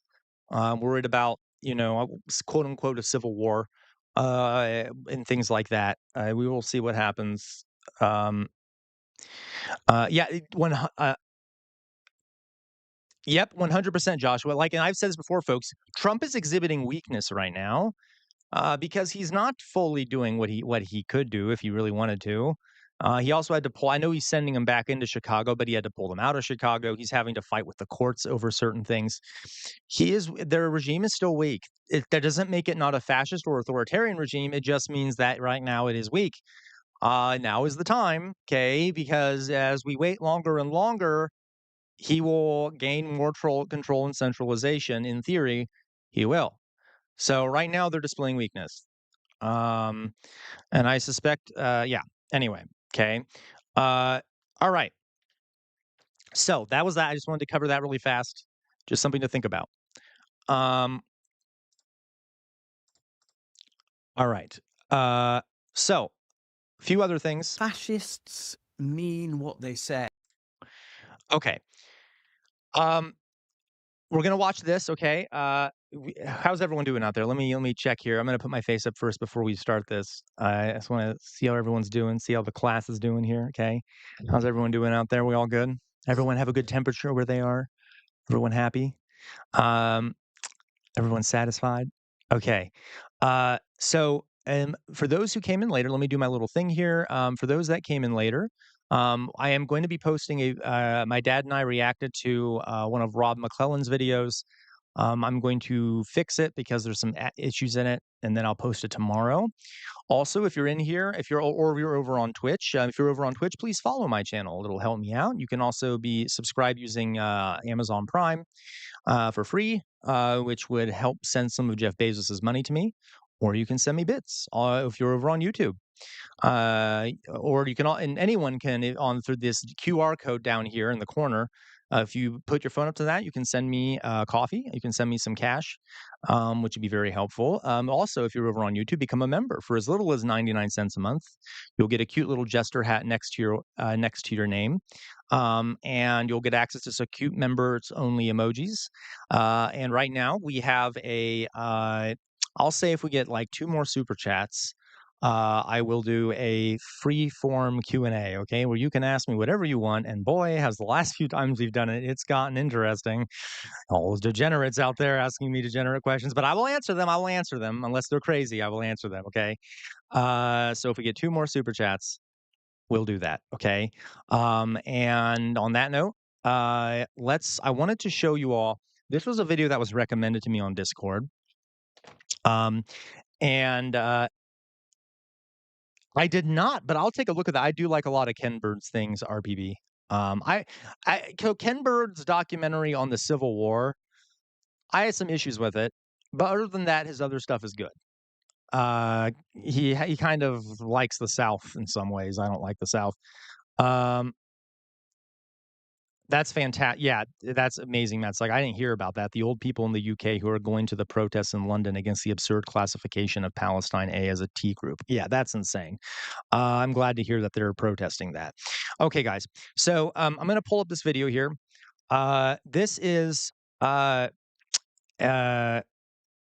it's called "What Trump's New Order on Domestic Terrorism Really Means for America," and I haven't seen it, but I do know who this guy is. I know. I don't think he's an historian, but I've liked what he's had to say before. So let's watch it together. I'll pull it up here. Um, there we go. Okay. So this is what is his name? I can't even remember now off the top of my head. His name is oh, really? Of course they did Meowside. Of course they did Matsugai. I mean, okay. Fascists over there in the UK doing that. I mean, cracking down on people for speaking their minds. Okay. So here we go. This is by Richard Murphy, emeritus professor of accounting at Sheffield University Management School. Again, not a historian, not a political scientist, but he does have really good. Uh, yeah, it's on the screen. Can you guys see it? Can you all see it out there? Y'all see it? You're good? You can see it? I'm gonna start playing it now. Oh, I got you. I got you, Meowsard. Okay, we'll begin. Hey, the US commentator, fascists mean what they say. The US commentator Chris Hedges pointed this out recently, and he did so in the context of a new order from Donald Trump called NS. So I know, I'm sorry, I'm pausing. Assume something that we often see in fascist regimes that's really disturbing is that there is denialism amongst the general populace. Okay. So like fascists are pretty blunt most of the time about what they're doing. Like Hitler was pretty clear in Mein Kampf what he wanted to do. In other ways, he was very clear about it. Same with Mussolini.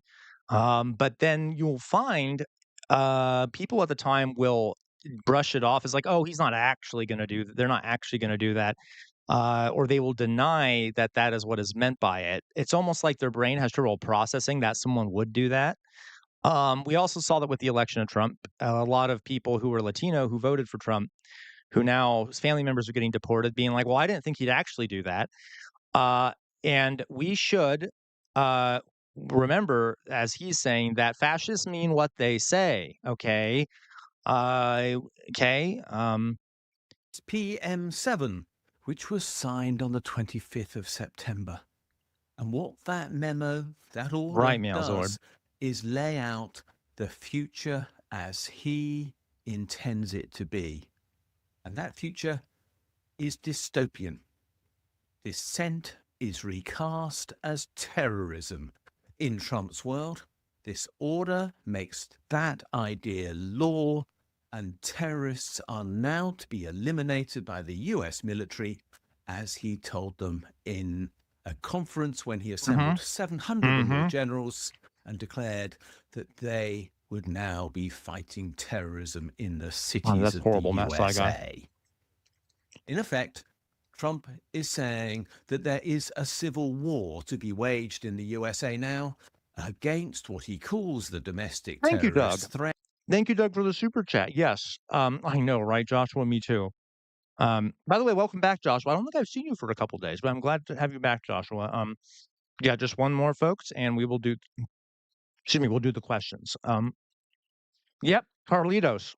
Carlitos was asking a great question here. Carlitos, do you ever go in real life and live stream from protests? So I haven't before, Carlitos, but that's because I haven't been to a protest since I started doing this. I am planning to live stream from the No Kings protest on October 18th. So be around if you want to be around, folks. Oh no, that's okay, Carlitos. Don't worry.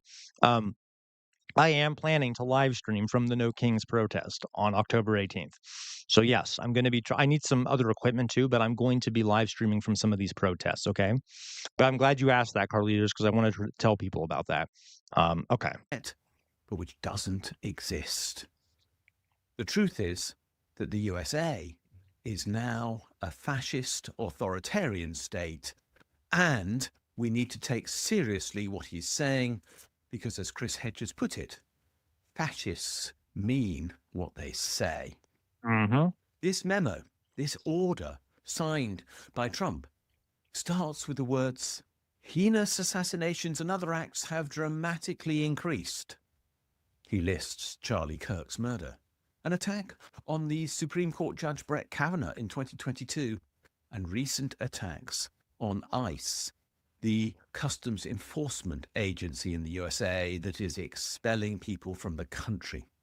He claims that these are the basis for the terror that he is talking about. But in a country where, frankly, violence is normalized and death on the streets is not uncommon. Exactly. I mean, if they want to deal with the people dying, maybe they should do gun reform, right? But that's not, they're using it to cherry pick. They're particularly cherry picking certain acts of violence that benefit their narrative. 100% in your groove. Yeah, they never talk about the Minnesota lawmakers who were killed. Yeah, okay, like you see what I mean here. It's cherry picking. Because it is a statistical certainty that people of all political stripes will be killed by guns in the United States because of our gun problem. And so they are weaponizing that by just politicizing the people who are targeted. You see what I mean? Okay.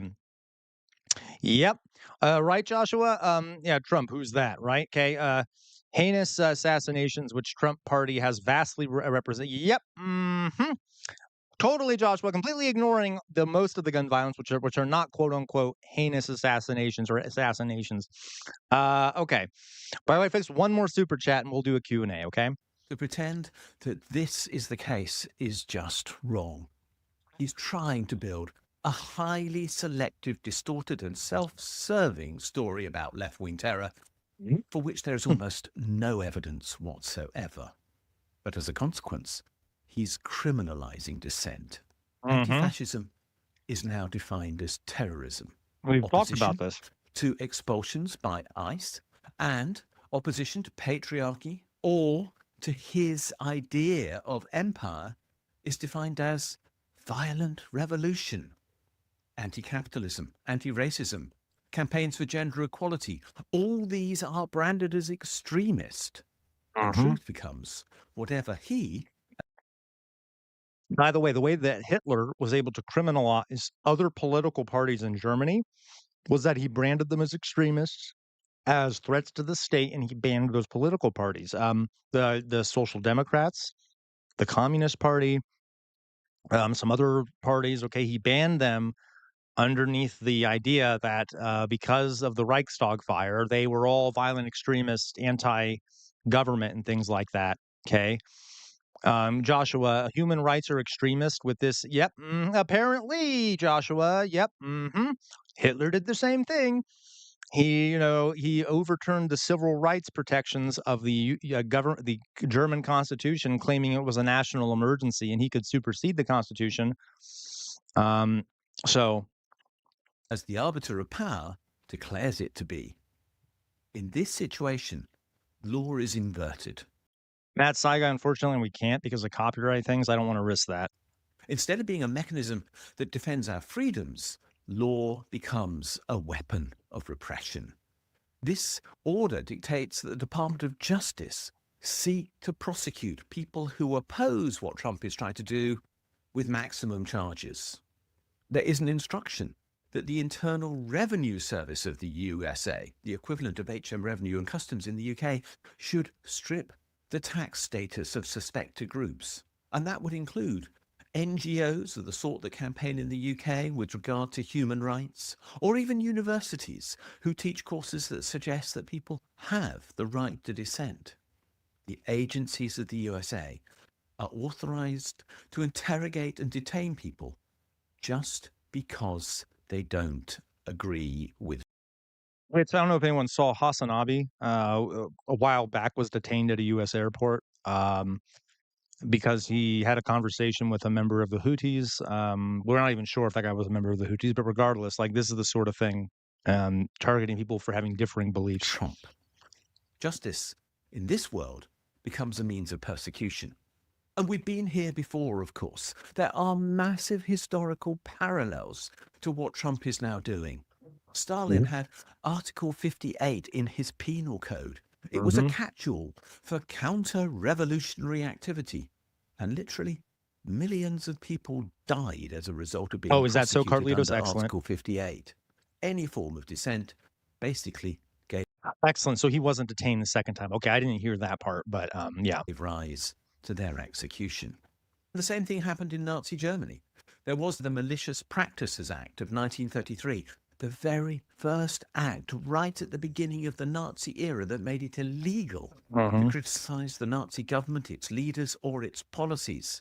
This guy knows his stuff. For punishment by arrest and internment in concentration camps like Dachau, which was in suburban Munich. Yeah, I've been to Dachau. It's really disturbing how close Dachau is, like the walls. Yeah, right, Carlitos? Thank you, Carlitos. Yeah, Hitler, the evil communist, first moved to ban the Communist Party, but they had socialism in their name. Right, exactly. Like that. Okay, anyway. So Dachau is right in the middle of Dachau. Okay, like it's in the middle of a suburban neighborhood with tons of houses right up against it, and all the people in that town were like, "We didn't know what was going on. We didn't know what was going on." Yeah, they knew. They knew. As a matter of fact, there were reports, and this actually happened in Auschwitz too, of people getting confused because it would be snowing in the middle of like July. It wasn't snow; it was ash. It was ash coming out of the where they were burning the bodies in these places, falling down on the city, and apparently, they didn't know it was they didn't know that was ash. We thought it was snow in July. Totally. Me too. We need some Hague trials here, Matt Saigai, for Netanyahu and his cronies. Joshua, have I seen the Twilight Zone episode called "He's Back"? No, but is it about Hitler? Because there's a great German movie called "He's Back" about it's a comedy about Hitler coming back and living in the modern time. Yeah, Drusilla, absolutely. I recommend everyone watch Zone of Interest. It is a boring movie, but it's boring for a reason. You should watch it. Oh, is it Joshua? Perfect. Okay. Uh, um, Goldhagen. Oh, Carlitos, you know some shit. And yeah, you must be an academic there, Carlitos. Okay, with the Stanwick Goldhagen, Williams Executioners versus Christopher Browning debate. Uh, so Carlitos, this is going to sound like I'm trying to dodge the question here. I think both are true. I think both of their. I think both of them. I think Willing Executioners is more accurate in my opinion. Uh, but there were also a lot of Germans who resisted and things like that. So it's complicated. I take a center view on that, Carlitos. Um, yeah. I know you have to understand. I studied that stuff. I actually went to Germany into old Nazi archives and was looking at old documents and stuff. So I know a lot of nuance to that. So it's like, but at the same time, I think the willing executioner's argument is more poignant for me. Yeah. Okay. We're back. You only know cronies. Oh, totally, Matt Saigai. I didn't even mention the Matt Saigai. Yeah, I think that, for example, Trump, Obama, Biden, all should be in the Hague. Obviously, like all the American presidents should be in the Hague. Yeah, agreed. All of them should be in the Hague. Matt Saigai. Okay, I think we all agree with that. Yeah, no, Browning's. It is very interesting, Carlitos. Okay, so we'll continue with this. Trump's memo, his order, fits exactly the same pattern. And folks, in regards to that, I don't know if I can say this on stream, but in a theoretical situation where people were being brought to the Hague, an efficient way to deal with that would be to have a firing squad going. Just saying, Anyway, vague and sweeping, and it's designed to criminalize opposition without precisely saying what anybody will have done wrong, except to offer dissent. This is in effect a declaration of preemptive war. What the order says is that a new organization, the National Joint Terrorism Task Force, or the JTTF for short, must disrupt and dismantle networks of opposition to what Trump is trying to achieve. Mm-hmm. That's not based on evidence of crimes, but on the basis of people's associations, or their free speech, or their ideas. Financial networks, NGOs, and universities are all specifically. But to clarify, Matt, I'm saying that, like, if there were trials put on for war criminals and they were found guilty, that would be that's one way, that criminals could be punished. Anyway, targeted by this. This is the policing of thought. And behind all this, there is a very obvious ideology. A Christian nationalist worldview drives this agenda. Those who support LGBTQ rights, or who are indeed members of the LGBTQ community, people who are secular humanists or immigrants, all of them are labeled and there as you go, deviants. Meowzorn. Science and reason are replaced by biblical dogma. Yeah. Okay, I know. I'm sorry. Thought crimes. Absolutely, that's what they're doing here. I don't know if you guys have ever heard. We're not talking about this for any particular reason, right? No particular reason. No particular reason. But I would say, well, you know what? I'll hold off. I think you're right, Matt Saiga. This might be something to save for the VC chat over there, on Discord. But yeah, I don't know if has anyone ever heard of I think Meowser mentioned it. It's a bolt pistol. It's used to slaughter like cattle and things like that. Anyway, so okay, we great move. We'll go on with this. And patriotism is twisted into theocratic authoritarianism. This There is you go, a Jim. paranoia behind it. Indeed, there is a paranoia that is gripping the elite in America. Narcissists and conspiracists are imagining that there are enemies everywhere to what Trump is proposing. I know you're looking out for me, Matt Saigai. What they wish to happen. Pseudo-democracy is Joshua, being it might be. Pseudo-courts, pseudo-media, pseudo-citizens, people who will in fact support the lies that maintain the Trump regime, and I rightly call it a regime and not an administration, and these lies replace facts. Loyalty is replacing law. Liberal institutions are being hollowed out. Rights are being reduced to privileges and are being revoked at will, and hope and silence will ensure that the repression spreads. And all of this happens whilst we try to look the other way, and that is the big threat of this moment. Alexander Solzhenitsyn wrote in the Gulag Archipelago, "Universal innocence gives rise to the universal failure to act. Yep. Maybe they won't take you. Maybe it will all blow over," he said. Yeah. And see, that's an issue, folks. I always say I'm not about political surrender, right? Like, if you're too innocent and too merciful, okay, and too willing to like, oh well, that's not what they're actually gonna do. It'll all blow over, blah blah blah. The fascists will walk all over you. Walk all over you. Okay, don't surrender. Don't be a slug. Don't be passive. Okay. All right. It won't. This is real. Fascists lay out in advance what they intend to do, and then they do it. And that is what is happening in the USA. This will happen. People will disappear. This is not a future They already danger. are. They already are disappearing. I think we all know that, right? You all know that, right? People are already disappearing. Um, right, man, that's like I'm telling you, Owen Jones is like one of the most attractive men on the planet. I'm gonna tell you. Like the more videos I see of him, like I'm just like, oh my God, oh, take me now. Okay, yeah, It's here and now, and the decree that puts it into place already exists. The bars to freedom are being literally built before our own eyes at this moment, and democracy can't survive if the opposition to it is redefined as yep, terrorism. yep. So, Mm-hmm. where are we? Let's face the facts. Fascism cannot be reasoned with. It must be confronted. And hope is most definitely not enough, and silence is complicity. Solidarity and resistance are essential, even though that does inevitably involve risk. Making this video involves risk.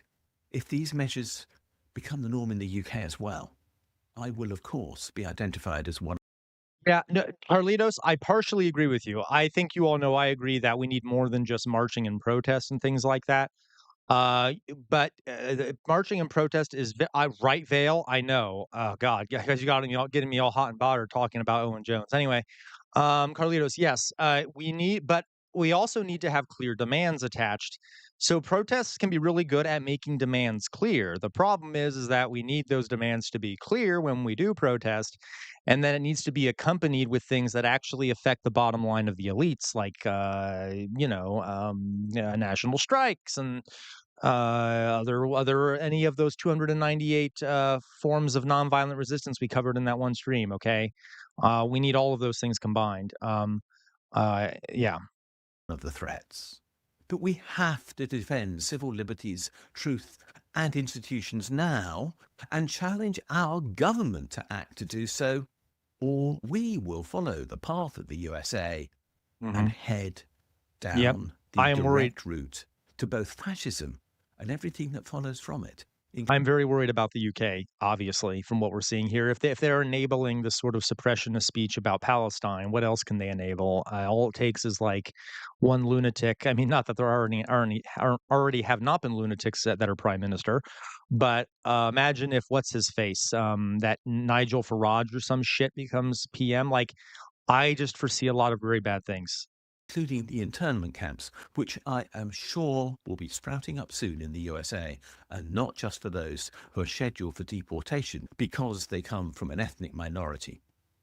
We have to isolate the USA. Yeah, We so have to call out what's happening. We have to say we object. Our governments must decide whether they can any longer align with a country which is so openly fascist. We need to come to the point where we say, this is not acceptable. We need to say, this is a country now built on lies, peddling he is myths and Drusilla. untruths and oppressing what is real. Me too, We need Galley to boy. support independent journalism, which there still is in the USA, but which is under enormous threat. And Yeah. we need to support those who will stand up for democracy. We Mm-hmm. need to demand accountability. And we need to stand up for what was put in place after World War II, which was the Now, I wish you were I would like this video, but he needs to be more specific. So what do you mean stand up? He needs to offer things that can be done as opposed to just saying you can stand up. Like, we need nonviolent resistance, things like that, okay? I disavow violence. I disavow violence of any kind, folks. I would never recommend that. I am just saying nonviolent resistance. Okay. structure of human rights, which our mainstream political Without parties trials, in of the course. I UK, mean, if including the Labour unless there's a Party trial. and the Conservative Party, both now question, even though this structure was put in place as a result of the influence of Winston Churchill, who wanted to make sure that never again would human rights be threatened by fascists. But they are, and our politicians are letting that happen. We have to take action before Like what? the iron bars of fascism slam the door shut. Okay. That's the risk that we face, and our politicians have to rise to the challenge, or we're all in very deep trouble. The US is already a fascist state. We could be too. Yep. That's what we're up against. What do you think? There's a poll below. Do you Okay. think the US has now moved into fascism? Of course Do it you think has. That's that the a UK dumb could question. follow in the same way? Sorry. Are I you really willing to like what he had to say. That was great. Yeah, it's quite terrifying. I'm very deeply worried about the UK. There was also have been academics who have studied transatlantic far right movements, and there's a lot of overlap between the two. A lot of folks in the UK, far right people, take cues from people in the US and vice versa. And I'm worried that far righters are learning, and I think we already know this is happening, are learning from the successes of the Trump administration and things like that. It's just something I'm concerned about. And that may make it easier for them to do what they want over there. Okay, by the way, folks, one more super chat, just one, and we can do a Q&A where you can ask me whatever the hell you want. You can even ask me personal shit, okay? I know I've made some comments today that you all know me. You know I'm gonna make comments. I can't help myself. I am a flawed human. But anyway, so yeah, just one more. Give me one more. And we would do that. Now let me see. Um, you can even ask me personal questions. I'm telling you. I'm telling you. Okay. All right. You can see I'm trying to do some advertising there. Okay. So I had a couple other things here I wanted to show you all. Mm, All right, hey mm, everybody, this is Sam Steinman. mm, oops. Oh, damn it. Okay, one second. Oh, thank you, Drusilla. Thank you, Drusilla. I don't see any flaws in you either, Drusilla. We've already seen that. I totally just got out of the one I wanted to show you, I think. Didn't I? There we go. Okay. Well, let's see what else there's real fast. Okay. Tell the people your truth, Jake Paul. I have an announcement in 3, Okay. 2, 1. Forgive me. I hope every here supports me. Okay, Here's my okay, makeup this. set. Look at this. So I am not a Okay. So this is, I think, I don't know who sent this. I'm guessing Meowzord. This looks like something Meowzord would send. No offense, Meowzord. I mean it in a good way. This is just a short, okay? And this is a short about from what's his face, Pearl Mania, who I really love. We'll go back to. I'll go back to Yeah, okay. This is Sora 2, right? Which is I guess it's an AI, and Pearl Mania, I guess, watches a Sora 2 clip. So let's watch what it is here. All Tell right. the people your truth, Jake Paul. I have an announcement in 3, 2, 1. I'm gay. I hope every here supports me. Here's my makeup set. Look at this. I'm sorry, but that's funny. I mean, because look. I mean, I have my makeup set right here, right? Maybe he is gay. Maybe he is. Okay, maybe that's not AI because God, I have a makeup set right here. I got my makeup set. I got where's my nail polish? I can my goddamn nail polish. Okay, you see the point, right? Okay. Anyway. So I am not exaggerating when I say that video just broke reality because that was 100% AI Right, Drusilla. generated. That video never happened. Jake Paul has not come out of the closet. Yep. Jake Paul has not launched a makeup brand. Jake Paul had nothing to do with any of that. Some random person somewhere downloaded an app, used their stupid finger and typed in Jake Paul gay makeup brand. And that popped out. And then they downloaded the video, uploaded it to other forms of social media. And guess what? Hundreds of thousands of people like the video. And they're interacting with it. And a lot of them are commenting, didn't realize that was AI. Because reality's dead. Reality is dead. We can't trust our initial reaction now to any piece of footage we see. It doesn't matter. Ever since I've interacted with this particular video, my entire feed is full of celebrities, many of which have been dead for a long time, doing things they've never done. Like Michael Jackson and Kobe selling flavored Zins on a live. How about Ronald Reagan opening packs of Pokemon cards? Right, How about Drusilla? this? Mr. Rogers interviewing Tupac Shakur. Never happened. History is dead. We used to be able to trust old footage because it was Thank you. old. Carlitos, you know I love you, Carlitos. Thank you for saying that. Post-truth, remember?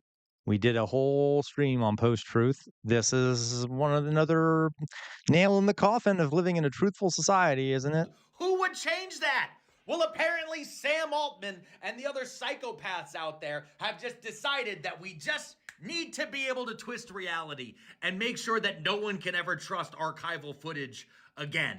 Oh, and don't worry, they're also fucking with body cam footage. Yeah, that's right. Here's body cam footage. Isn't that terrifying? Sure, it's funny that it's Chucky right now. But just wait, give it time, because eventually, I'm sure eventually, someone will want to be able to frame somebody that they don't like. And so instead of them chasing a Chucky doll, maybe they'll be chasing you.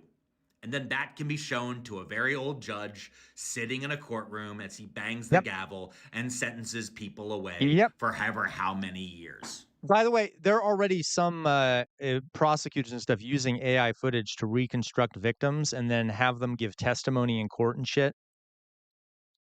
Like, it's messed up. Okay, Joshua, we did not regulate. So in time, yep. Oh, I know it. Me too, Joshua. Me too. And the Republicans are actively trying to prevent regulations.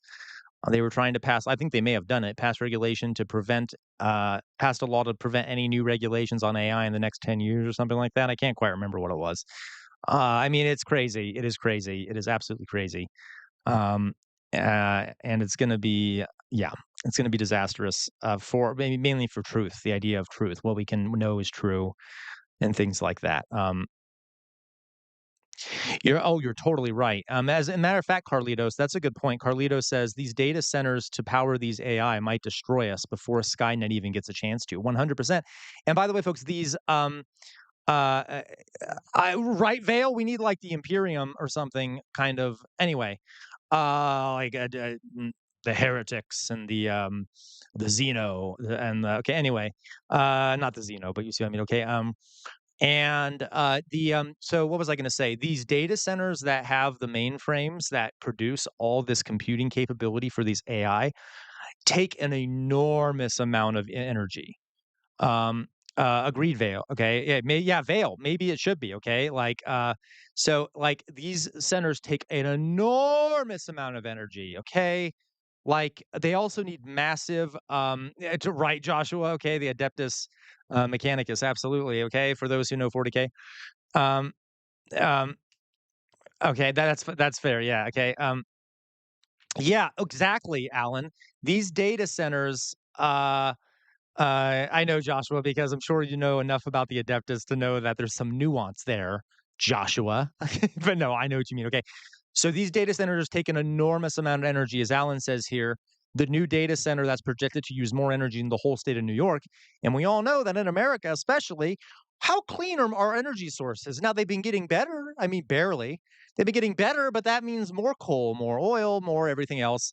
Me too, Vale. More all of this shit. Okay, being pumped into these data centers. Right, Joshua? I know, right? I know, Joshua. Okay, like this is a big problem. And as we make more and more of these data centers, we'll also see worsening climatic conditions that are already worsening and are already horrific. Not to mention the water. These places use a lot of water. Water is used to cool down these mainframes because of the tremendous amount of heat they're producing. And that is, not good either. Yay, oil, right, Drusilla? Yay, I'm gonna wash myself in oil. Oh, yeah, I love it so much. Put it in my mouth. Okay, like God, I don't understand. Anyway, China being smart about it. They built solar panels out of river seas. Yep, yeah, exactly. China is being much smarter about it. Now, China still puts out a tremendous amount of fossil fuels, but they've been trying to push more Yeah. Okay. Right, Carlitos. Okay. Anyway, um, yeah, using grok 100%, Alan. That's a great way of framing it. When you use grok has one of those data centers. It is contributing to the destruction of the environment and destroying the communities and things like that. And by the way, a lot of the communities these things are nearby, um, uh, that's very possible, Josh. That's very possible. That is, though, Josh, as we just said, because it's a post-truth error. If they ever figure it out, right? Because God knows that these data center operators and stuff will probably blame minorities or something. They'll be like, "Oh, the reason your electricity is going up is because trans people are getting surgeries," or like they will come up with some nonsense to blame. Oh, they'll be like, "Women, feminism is to blame. Feminism is why your electricity bill is going up," or like Mexican immigrants. Like they'll anyway. I might be a little exaggerating there, but not much. Okay. Um, yeah, Grokkopedia is incoming. So excited for that. So excited for that. The um, yeah, I think you're right. You're right. Because at least it's processed if it comes through the gas. It comes from the gas station, right? Okay. Does anyone else here? No, I'm not going to ask that. I was going to ask if anyone here likes the smell of gasoline. That sounds so bad. I don't, not anymore. When I was a kid, I'd be like, "Ooh, that smells lovely." I don't like it anymore. But anyway, okay, weird question. Uh, um, okay, okay. Right, Max. Yeah, it doesn't smell bad. Yeah, it's like, but it's weird, right? Like, now that I know a lot about it, I don't like it. Yeah, no, you're totally right. Alan is doing great there. Okay, so good. I'm not the only one that I used to. I don't like it really anymore, but I used to like the smell of it. It's horrible though. And sometime I'm gonna do a stream about um uh, uh, how gas ended up. Used to be leaded. There used to be lead in all of our gasoline, and it was literally doing brain damage to large swaths of the country. And after unleaded gasoline was introduced, you see a massive sudden decrease in crime in the United States. Not even joking, because there was so much heavy metal in people's brains, it encouraged criminality mentally. And then we removed the leaded gas, and suddenly crime rates start dropping, murder rates start dropping precipitously, and it is widely considered by scientists that all the lead and everything was contributing to rates of criminality. Anyway, Alan, China is leading the world in green. Yeah, yeah. So China is doing a great job at this. They could do better, in my opinion, because okay, yes, they're doing great compared to a lot of people. Yes. Okay, Joshua, I wasn't gonna say that because I don't want to alienate anyone in chat, but I'll say it anyway, okay? There are some theories, folks, and now I don't know if I buy these, but these are some theories. There are some theories here, okay? Um, what do you mean, excuse me, Matt Sci guy? Okay, there are some theories, and I don't buy these. There are, uh, so Gen Z and boomers, okay? They were exposed to more lead through gasoline than generations that came after. I don't really want to say the rest of what that theory is. You can imply what I'm going to say. There might be the theory is that there may be more lead poisoning in those folks, which may affect their views of the world. Again, I don't like this theory because it really diminishes individuals. But that is one theory that actually there have been some scientists who have looked at it. I don't really believe. Okay. Matt Sci guy, I know. Let me finish what I was going to say, Matt Sci guy. It's not enough, Matt Sci guy. It's not enough. I don't care if China has made the most progress possible towards green and sustainable technologies. It's not enough. We're still on the verge of complete ecological collapse. Everything's still collapsing. China has managed to do some tremendous things, but they can do it faster if they wanted to. They absolutely could. They managed to get almost everyone out of poverty in their country in a short amount of time. They managed to build all these massive highways and things like that. If they really wanted to, they could convert faster. I know. I'm being harsh. By the way, I am not saying that. Oh, don't get me wrong, Matt Sci guy. You all know the West is much worse at China than this. But I don't like the idea that China is doing it well because they're still not doing it well enough. Okay. Yeah, and you're right, Matt Saiga. The West should definitely put in some effort. But China, even if like they're still not going fast enough, in my opinion. The United States, obviously, barely even trying. Yeah, you're right, Carlitos. But I also think that like Western societies, even if it stagnates their economies, really ought to, because for the sake of the planet, ought to do something. Obviously. So yeah. Uh, okay. No, you're right. But I will say this, go Carlitos. That is a fair point. You have to understand. Yeah, but you have to understand, folks. Just be cautious. I'm not saying that's not true, but there have been throughout time constant mentions from economists saying China's going to collapse soon. China's going to collapse soon. They're going to collapse soon. Okay. And there part of that is because of the fear of communism and the thought that they can't have a sustainable economic system. Even if their housing market does collapse, it'll be a bump in the market. Okay, that doesn't mean their whole economy is going to fold and then not be able to fix itself. Our economy folds, okay, and then we're barely able to fix ourselves, but we do. It's just something to think about. I agree that that the housing market doesn't look well, but like there's been a refrain. I'm just saying this as a historian. There's been a refrain throughout time in Western civilization, throughout Western countries, that China's on the verge of collapse. Yeah, partially, Joshua. It is a large chunk of their economy is owned by the government. Government. Yeah. No, you're right. Okay. So I'm saying like I'm using the common parlance of the word. Okay, a large part of the Chinese economy is owned directly through state enterprises, so they're owned directly by the government. There is another part of the um, uh, there is another part of the Chinese economy that is owned by private businesses. It's called the two one country two systems. Okay, part mainly coming out of Hong Kong. There are some enterprises there that are owned privately, but with extensive government regulation. Um, so it is a mixed economy, although it is more quote unquote socialized than most other economies because the government does own a large chunk of the industries. Um, uh, this is complicated, but yeah, they're not communist in that they have like all the land is owned in common and things like that. No, they're not. Um, and by the way, I am a democratic socialist, so I do not like China's socialism when it comes to suppression of individual liberty and things like that. Not a fan of their human rights abuses or the concentration camps they have set up for the Uyghurs.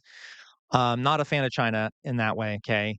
I also don't like their imperial ambitions. They're building military bases in Africa. They're building a bunch of military things all across, just like the United States did. Okay. I don't like, and any empire does these sort of things. So don't get me wrong. I'm not trying to compliment China here. I'm just saying, okay. Anyway. Um, all right. Okay. All right. What else did I miss here? Yeah, yeah, it's they do curtail critical thinking, Carlitos, and I'll sometime do a stream on this. China is a very interesting place. Yeah, Jonas, that's what they're doing, right? They have the Belt and Road Initiative. They're basically using economic colonialism. Now, admittedly, it is helping develop some countries, but that's what lots of imperialists and colonizers say they're doing. And a lot of times, the countries that they lend to for development purposes end up defaulting, and then they know that they're defaulting, and then they use that default as an excuse to take land from them, or like take a land for a military base. They're imperialist, okay? That's just how the empire cycle works. It is kind of, yeah.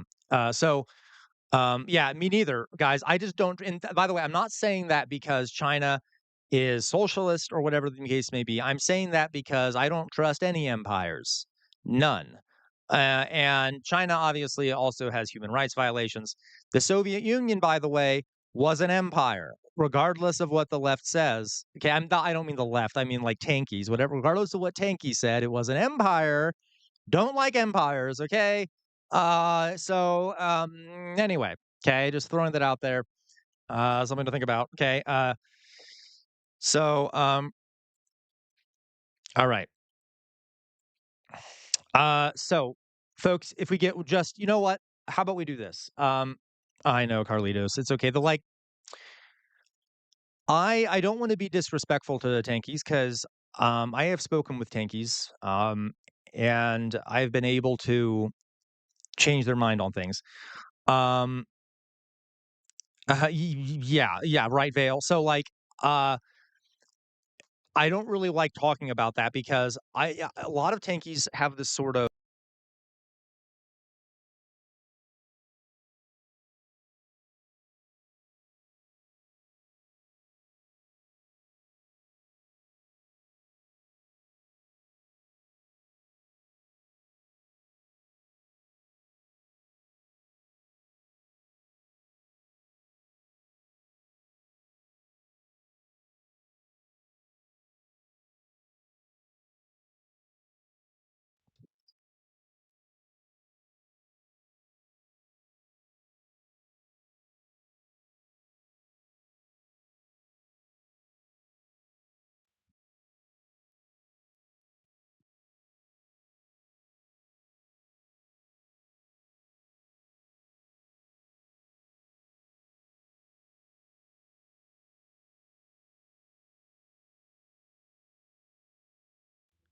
Okay. Now can you hear me? Is that a bit better? Okay, I don't know what happened there. I don't know what was going on there. So what was I saying? Okay, I think you're right. I think Stalin got me from the grave. Okay, okay. Where did I end? Where did I end? So I try not to talk too much about tankies. Why? Because I have found that if I do, if I do, I they will close their ears to what I have to say. But and I have found tankies that I can change their minds. So I'm not trying to overly bash tankies. A lot of them have been indoctrinated by reading stuff that was propagandistic or whatever it may be. But yeah, I have a lot of concerns there. And honestly, folks, they're such a small group of people in the United States. It's not like they're not like it's not like they're the far right or something in terms of numbers. But yeah, for the tankies that are watching, yeah, okay. For the tankies that are watching, I know you probably don't call yourselves tankies, but if you like Stalin, okay, you might be one. Um, yeah, exactly. It's a very niche thing, Carlitos, and I think, but it also makes the whole left look bad when they do that. And you're right, Alan. That's the thing, right? That's the thing, though, Alan. A lot of these folks have trouble separating like economic policies, social policies, governments. A lot of them have trouble separating government political systems from economic systems. Okay. So, like, they view Stalinism as like intricately linked with socialism, which is a very Stalinist way of looking at things. Like, it drives me crazy, alas. Um, or, um, no, that's true, Doug. The left does look bad no matter what, but I shouldn't say that part about them, but it just worries me sometimes. Let's put it that way, okay? Although, admittedly, folks, what did I say a little bit ago about putting people on trial? Anyway, uh, yeah, yep, totally, Carlitos. Yeah. So we'll talk about this more sometime, but anyway, for those out there who do feel that way, please talk to me in the Discord. Um, and you can argue with me about it. We can do it privately. We can chat about it. I can present to you historical evidence against Stalin, et cetera, and we can talk about what all that means. So please don't be scared away. I'm not trying to demonize you, okay? All right. So guys, I'm gonna say it is okay. It's 4:30. So I'm going to let's do that Q&A. Okay. I know, right? Poor Tanky's Brazil. Okay. I am going to put up my face, and I know we didn't get that last super chat, but I just remembered we did get a whole bunch of we got a whole bunch of gifted memberships. So what I would like to do is you guys can ask me some questions, okay? I'm willing to do that because we did get so many super chats, and I feel like it'd be rude to Jonas and Matt Saigai for me not to do it. Okay, so what I'm gonna do now is I'm gonna go use the restroom. When I come back, have some questions queued up for me. You can ask me personal things. You can ask me history things. You can ask me political things. Those that have been here before knows it can get kind of crazy.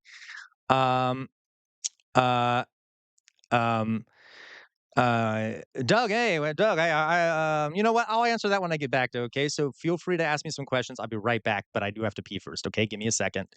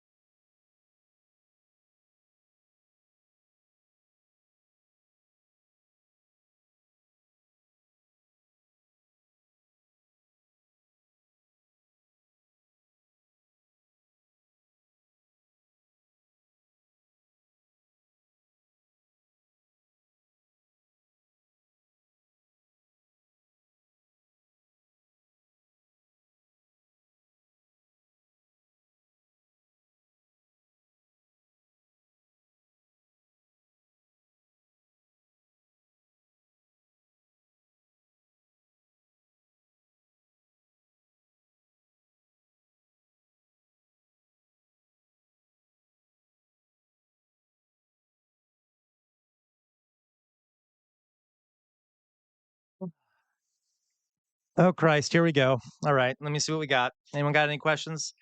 Um, I would love to get Dan on, Doug. I would love to get Dan on. I might be too small of a creator still, but I will. By the way, folks, I'm nearing 9,000 subscribers. I think I'm like 200 away, but I am. Hello, Tiago. But I would love to have some guests on. I have communicated well, I've tried to communicate with a few. None of them have responded to me. I think I'm just too small of a creator still. But I would like to, hopefully, maybe when I reach 10,000 followers, I'll be able to. It'll be easier to convince people. Okay. I also probably got to get more skilled at doing this because I'm still learning the ropes a bit. All right.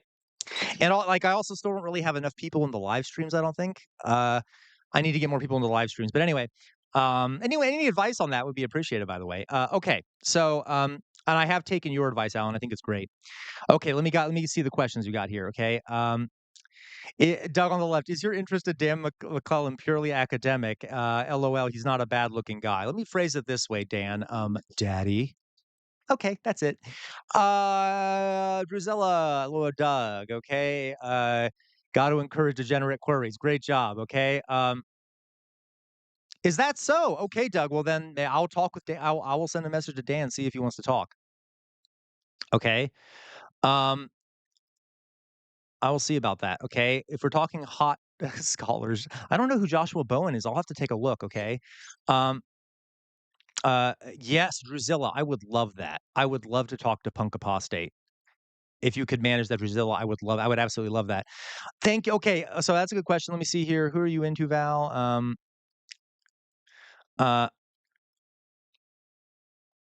okay. Let me see here. Okay. Did you have oh, thank you, Tiago. Okay, fine. Tiago, I'll answer that. So yes, folks, what was it? 2 days ago, I had a date. It went very well. Okay.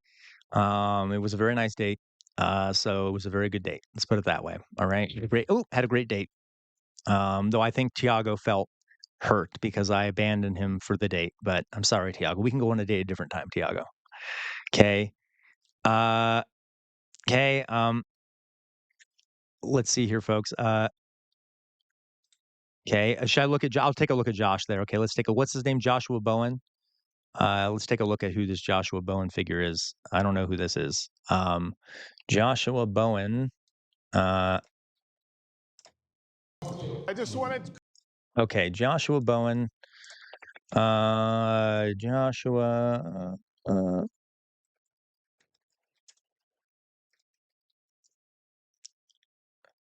Oh. Hmm. Yeah. Okay. Okay, yeah, yeah. He might be a bit too clean cut for me. Okay, you know what? If you all want to judge for yourself, if we want to do this, if we want to play this game, you can all decide for yourself here. Joshua Bowen, I mean, he's a little too clean cut, I guess, for me, but like he is cute. He's a cute guy. I'll share with the class. Here's Shirley Lane. Let me see a good if I can. That's not a good. Let me see if I have a good picture of him. Joshua Bowen. Okay, well here's God. These None of these pictures are showing up very well. Uh, hmm. Well, can you see him, guys? Like, here's some images of him over here. I don't know if you can see him. You know what? We'll just do the old-fashioned zoom. It might be a bit pixelated, but in his case, I don't. I think it'll still get the point across. So yeah, he's all right, right. He's not bad. Yeah, I get, but like the outfits maybe are. I kind of like. Yeah, yeah, he's not bad. Okay, fine. All right. What else? What other questions do we got here? Um, Back to my face. Okay, meh. That's fair, Matt Sci guy. Okay. Um, Let's see here. Yeah, it ended. Yes, it ended very well, Tiago. Thank you. It went very well. Okay, I got back very late at night. Okay, let's put it that way. Um, I mean, eitherly. I don't think I'd kick him out either. Okay, I don't think I would. And plus, after I got to know his personality, because I'm not that superficial, right? Once I got to know his personality, maybe if there's more adventure underneath that suit. I don't mean like literally underneath the suit. I mean like if he has a more open mind. Okay. Anyway, um, Tiago, I'm not going to go into that, Tiago, but okay. What other questions we got here? Vesh bit too degenerate for me, lol. You know what surprised me? How much I enjoy the I've had it wine mom. Yes, I love the I've had it wine mommies, Carlitos. Um, okay. Digital Hammurabi. Share with the Clack. Yeah, he does. Oh, I did see the beard pic. Okay, maybe he looks better with the beard. You know what? I do see a picture. Oh, right, okay, maybe he does look better with the beard. Um, okay, uh,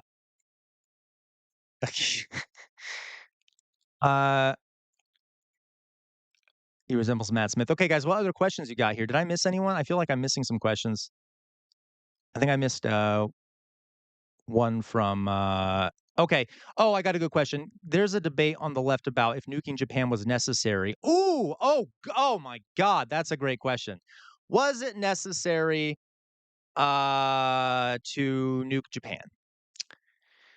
Well, okay, I got to tell you, on the face of it, no. What I mean by that is that we had already, if you want to talk about destroying, if you want to talk about destroying Japanese cities, we had already been doing that with firebombs. We destroyed more Japanese city with firebombs than we did with nukes. So if we had to destroy a city, we didn't have to use nukes. Second of all, Japan is an island.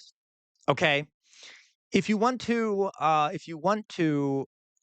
make an island surrender, what do? You surround the island, you cut it off from the outside world. That would people die? Yeah. But I mean, my point is that there are other ways to end the war without nuking Japanese cities, which can cause massive side effects over time. But you have to understand, folks, the reason we nuked them was not just to end the war with Japan, it was also to demonstrate our power to the Soviet Union. So if you look at it that way, that's how we approached it. But no, I don't think it was necessary to end the war by committing a massive war crime by killing all the civilians. Again, I'm not defending Japan, mind you. They killed many more civilians. But okay, you see what I mean. There were other options for it. Um, what else we got here? Uh, oh, uh, okay, Vale, I'm sure it's been asked before, but what other political commentary types do you like on YouTube and Twitch? So I do like Hassan a lot. I like a lot of folks. I like Kyle Kalinske. He does when mention these people, folks, all of them have flaws. Okay, so don't think I'm like worshiping any of these people, just like you shouldn't be worshiping me. But like, I like Kyle Kalinske. I like Hassan Piker. Um, uh, uh, Without talking too much about Vosh, I have heard things from Vosh I like, heard things from Vosh I don't like. Um, and Tiago, I did react to one of your suggestions today. You just weren't here. Okay. Um, there are other folks too. I'm trying to think off the top of my head here. Mehdi Hassan, love Mehdi Hassan. Um, Majority Report. Thank you, Al. This is very helpful, Alan. I've not seen much of Denham's. Mike from PA. I also like sometimes. Okay, so like there are some of these folks I do like. Okay, um, but again, I'm very small compared to those creators. I've only been doing this for what 2, 3 months. Uh, okay. All right. Who else am I missing? Sam Cedar. I love Sam Cedar and Emma Vigeland. Thank you, Matt Guy. Okay, let me go back here. So I have some of these questions here. How personal are we talking? You can get as personal as you like, Matt Guy. I'll obviously tell you if I don't want to answer it. Um, okay. Okay.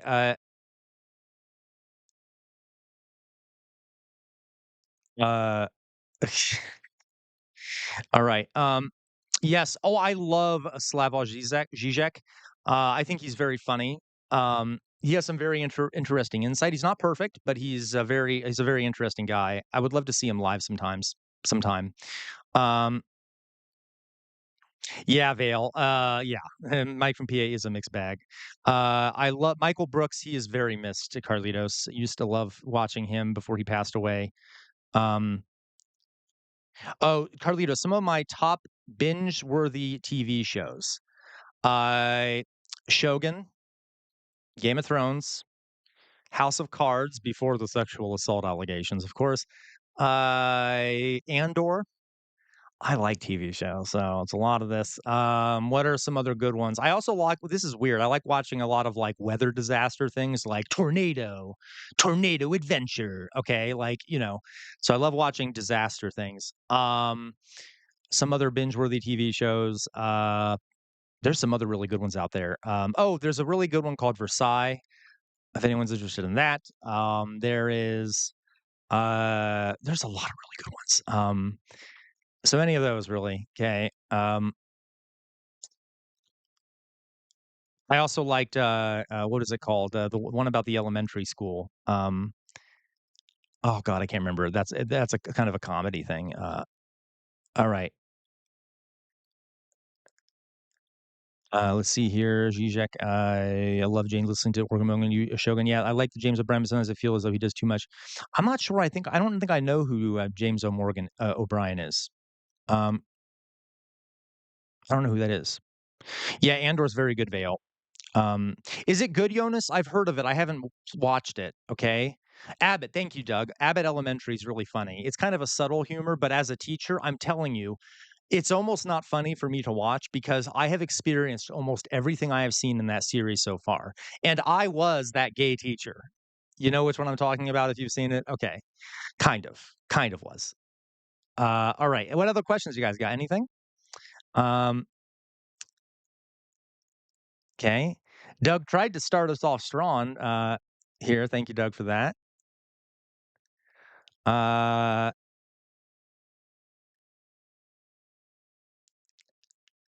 gotcha.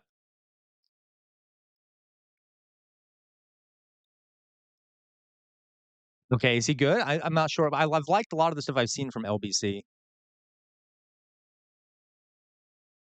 Is that so? Interesting. Okay, I'll take that. I'll take a look at that, Jonas. I've never heard about that. Okay, I do like LBC from what you got. You guys actually introduced that to me. I really liked it a lot. Um, what else, folks? What's my Vale? Oh, Vale. You're after my heart, Vale. Okay, Vale. What is my favorite faction from 40K? Ooh, okay. Well, I am weirdly is I really like the Tyranids. I know. Okay, I just really like the idea of like a biological species that is constantly evolving and improving itself over time in order to dominate the universe. I like that idea. The Imperium is also super cool. Not cool, but interesting because I'm an expert on fascism, and there's a lot of fascist undertones there, a lot of critiques of fascism embedded in the idea of the Imperium, okay, of man. Uh, so probably the Tyranids, though. Uh, all right, guys. What else you got? Anything? Well, I'm kind of Tame today, kinda tame, okay, thank you, Vale.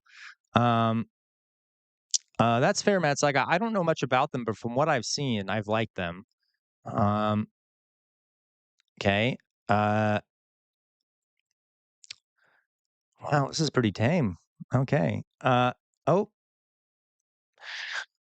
Doug, I don't wanna say I'm a Trekkie, but I do love Star Trek. Uh, I kinda wish we lived in a Star Trek society. I mean, minus some of the big things that happen there. I like the philosophy of Star Trek, the exploration stuff. I especially love Next Generation. A lot of the stuff after that, I do like a lot of the stuff after it, but I'm mainly a fan of Jean-Luc Picard and the Next Generation. Is it tame, CR? It is kind of tame. If I lived in a fantasy world, which one would I choose? Ooh. Um,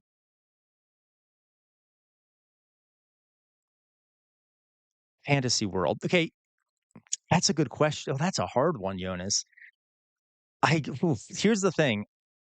There's a theory in philosophy that says when you think about what society you want to live into, you have to think about imagine that you couldn't choose where you were in that society, right? So I would say like Lord of the Rings, but then I'm like, no, because if I were just a regular peasant, I would be slaughtered by an orc or probably something. If I so there's not really any fantasy society I like the idea of living in if I didn't get to choose who I was in that society. Uh okay. Uh yeah. Okay. Uh that I don't know. I don't know. 'Kay. Let's see here. Carlitos, would you rather run for president? Who would you rather run for president? I would be okay with Jon Stewart running for president. I think he'd be a great choice because he has that flair of being an entertainer, and he's very entertaining, and he's a good guy. I don't know if he'd be as I'd have to look I'd have to know more about his politics, okay, before I would decide that, but I think he'd be a good person to run for president if he had the politics I want him to have, and if he were strong once he got in there. Um, uh, and, Good, Doug, I'm glad Picard is your captain, okay? Uh, 'Kay, I don't mind okay, I think it keep it okay. Matt Saigai,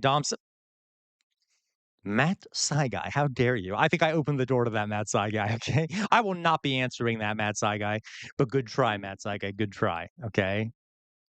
Um, Also, not really the right lingo there, Matt Saigai. It would be more top, bottom, or verse. That would be the more politically correct way of doing that, Matt Saigai, okay? Yeah, top, bottom, or verse. I will say this though, Matt Saigai, I've always felt that if you choose one or the other, you're missing out on half of it, right? Let's put it that way. So, here we go. 'Kay, that's fair, Matt. It's okay, Matt Saigai, okay, I know, you're right, I shouldn't have Drusilla. That was my fault. Okay, um, uh, 'kay, thoughts on absurdism and Camus. So I like Camus. I know I said Camus. Okay. I think absurdism is really interesting. Yeah, I like Camus and absurdism. Let's put it that way. Vale. Maybe I'll talk about it sometime on stream. I also am not a big fan of postmodernism. I know that's not what you're talking about, but it's useful in some ways, but it's not really good for understanding society. Okay, and in my way, in making political change. Okay. Um, all right. That is fair, Alan, and that I'm not sure I know enough about Jon Stewart's political thing to know that. Yes, I do have some, Neanderthal in me there, Tiago. Gonna start gifting whips and chains soon, Jonas. Okay, um, 'kay, Jon Stewart is a little liberal for me. 'Kay, there you go. Okay, why you shouldn't ask for more, so you're so God, Matt Saigai. Okay, I love you, Matt Saigai. Okay, I'm just messing with you. Um Jonas, when you, came out to your dad, um, Yeah, there exactly, Vale. That is 100% how I feel about postmodernism. Okay, Jonas, when you came out to your dad, how did he take it? Okay, that is a great question, Jonas. I will tell you all. So, I love my dad. So whenever I talk about this stuff, don't hold anything he did against me. He's so at this point he doesn't give a shit I'm gay. Okay, he deeply respects me, doesn't care about me being gay, doesn't give a shit about that. Okay, nothing like that. When I first told him I was gay, the response was, "No, you're not," and that was the end of the conversation. Okay. Now over time, not that long of a time, he evolved on that and is now perfectly fine with it. Zero problems with it. And I don't blame him for that first reaction. You have to understand he was raised in a very conservative Catholic household and things like that. And it's not like, yeah, right. So, but he's fine. Um, okay. Do you watch Jon Stewart's weekly podcast? I do not. Maybe I should start. I know he's done some great interviews on there. Um, okay. And for the folks talking about, yeah, exactly, Alan. We also have to understand, folks, for the LGBTQ folks out there, we have a tendency, and this is not me criticizing any of you out there, to react pretty strongly to people to older folks who aren't good about their kids coming out to them. I understand that. I do, because that makes us targets for a lot of things. At the same time, these folks oftentimes will change their minds over time because they have been raised in a certain way and taught a certain way. And as soon as they start opening their eyes, they change.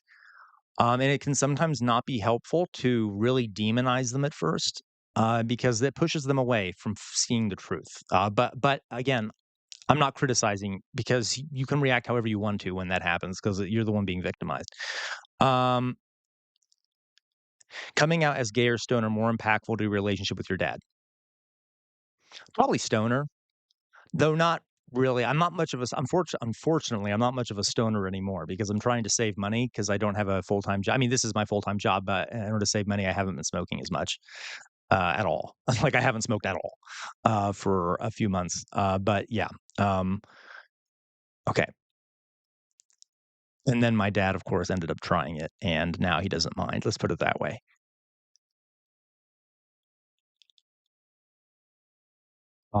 Jonas, kind of wish Jon Stewart and Boss Immune have made their own. Me too. Oh, me too, Jonas. That'd be fantastic. Vale, a significant part of my family has gone from openly transphobic to at the very least understanding. Yeah, and I've noticed that's a pattern. Fail a lot of times they will be openly transphobic, openly homophobic, and then over time, when they it starts sinking in that this is their child, okay, they change. And it's progress of a sort, not excusing it because it can be very harmful to the person going through it, but it's just human nature. We are resistant to change. Exactly, Tiago. It's exposure. And by the way, folks, one of the big things here, is one of the reasons the gay rights movement became more accepted um, was because gay people, trans people started coming out of the closet more, and more people started realizing they had brothers, sisters, maybe not wives, but family members who were gay, and it started changing a lot of people's view because they're like, wait a minute, there's a gay person in my family. They're fine. They're a regular human being. Okay, and so exposure to like when people realize they're being exposed to someone who is gay, it can oftentimes change their perspective. 100%. Um, yeah, no, Jonas, exactly, right? That's the thing. Like, if you get exposed to it, and yeah, Jonas, again, I understand a lot of folks go through that process. Once you stay, and this is not just, this happens with every group, okay? With white people who've never met black people, with, whatever it may be, Christians who have never met Muslims, okay? Um, yeah, exactly. And that doesn't excuse the behavior that they do initially engage in, but it does as a matter of tactics, though, it is okay. You see what I mean? Thank you, Alan. Get those sub numbers up, people. Make CR stoned again. Oh my God, yes, please, Alan. I need to be stoned for these questions. Um, yeah, exactly, Alan. 100%. There are more people are coming out because they feel comfortable about it. It's not like there's more gay people. Yeah, Exactly. Yeah, exactly, Tiago. That you phrased it better than I could, Tiago. Okay. And of course, it's different when it comes to like if people are passing laws against it, then that's no. There's no excuse for that. Um, but when it comes to interpersonal relationships, right? And even when I say that, gay people, trans people have much higher rates of homelessness than cis or straight people because a lot of times their families will literally kick them out of their house when they find out. And that to me is abhorrent. I honestly think it should be illegal. I think it's child abuse. So you shouldn't kick your kids out of the house. It's your job to raise them. Um, but that's my opinion. Okay. Tiago, that's a lie. Okay. Any other questions here, folks? Um, any other questions we got? Okay, guys. So I'm going to get off now. Uh, I've been going for a while. Uh, I think it might be Drizella, but like a lot of times they won't like necessarily kick them out. They will have them go live with another caregiver or something. Like there are ways. I think that there needs they if you have a child and they're gay, you should not be allowed to kick them out. Uh, even if they're like 17, okay, or if even if it's an 18-year-old and they're dependent on you for financial support, to just kick them out, I think should be illegal. It's kinda like if, someone has established residency in a house, but they don't pay rent, you can't just kick them out onto the street randomly, there has to be a process beforehand. Tiago, why did you choose your date rather than a debate with me? Because, Tiago, one is a date and one is a debate with you, okay? No offense, Tiago, I'm just saying, because I need to meet with other people, Tiago. Yeah. Yeah, I totally agree, Matt Saigai. Drusilla, such a disgusting. I know it is. Doug on the left. Nephew was tied to a bed in the basement. Yep, that's insane, Doug. That is insane. That is the kind of stuff that makes me sick. Um, okay, that's insane. Okay. All right, you guys. I'm gonna head out now.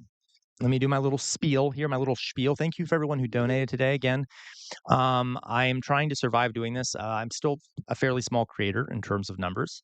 So I'm trying to get those numbers up and stuff. So share with your friends if you can. Spread the word for my sake, if you don't mind. And I'm very open about how much money I'm making. If you join our Discord, every month I post my earnings from the last month. So I'm not trying to be like other creators out there. I'm just trying to exploit you for your money here. Anyway, so all right, guys. So let me do this last little bit here. I think you all know what I'm about to say. Okay, you all know what I'm about to say. Tiago, so you're saying we are not good enough for you and you want to be with other people. Yeah, Tiago, I'm saying that I like being with all kinds of people, okay? And sometimes that means I can't be with one group of people because I have to be with someone else, all right? Yeah, I agree, Doug, and I'm going to try and fix it and then upload that tomorrow. Okay, guys. All right, here you go. You want to know what I'm about to say? Um, you all know what I'm about to say. First and foremost, free Palestine, free Palestine. Second of all, never stop resisting. The easiest way to resist is to think for yourselves. The easiest way to resist is to think for yourselves, and that includes when you watch me. I'm not perfect. I make mistakes. I am a human being. See what other people are saying. Don't get stuck in an information silo because the easiest way to resist to think for yourselves. Veil, that's really funny. Okay, Drusilla, that's fantastic. Can you communicate with me in Discord about that? About punk apostate, free Palestine. Okay. Secondly, we're living in a fascist moment in this country, not only this country, but around the world. Fascism thrives in an environment where people who have lost faith in their democratic institutions, so they go to more radical means to fix it. In order to fix this problem, we need some major reforms. Major reforms, okay? In this country and in the UK, elsewhere, we need major reforms. You cannot sit and stand in the center. If you stand in the center, the fascists will walk all over you. Don't be a slug. You have to resist, okay? Use nonviolent resistance methods. Get out there, protest, strike, do whatever you can, resist. Lastly, on the wall behind me is a sword. The name of that sword is Chainbreaker. Chainbreaker has been passed down in my family for many years. It is thought to have been responsible for the death of 7 slave owners. Why do I tell you that? I tell you that to remind everyone that our ancestors have made some major sacrifices for some of the things we have today, including giving up their lives in many occasions for some of the rights we have today. And that goes everywhere around the world. That's the case. Some of those sacrifices and the results of them are being rolled back. We cannot let their sacrifice go to waste, folks. Please, please, please. Do not let their sacrifice go to waste. And always, always, always fight for a better future and free fucking Palestine. Jesus Christ, free fucking Palestine. And on that note, folks, you have a good day, morning, evening, night, day, afternoon, whatever it may be, wherever you are in the world. I'll come back on tomorrow. See you later. Bye-bye.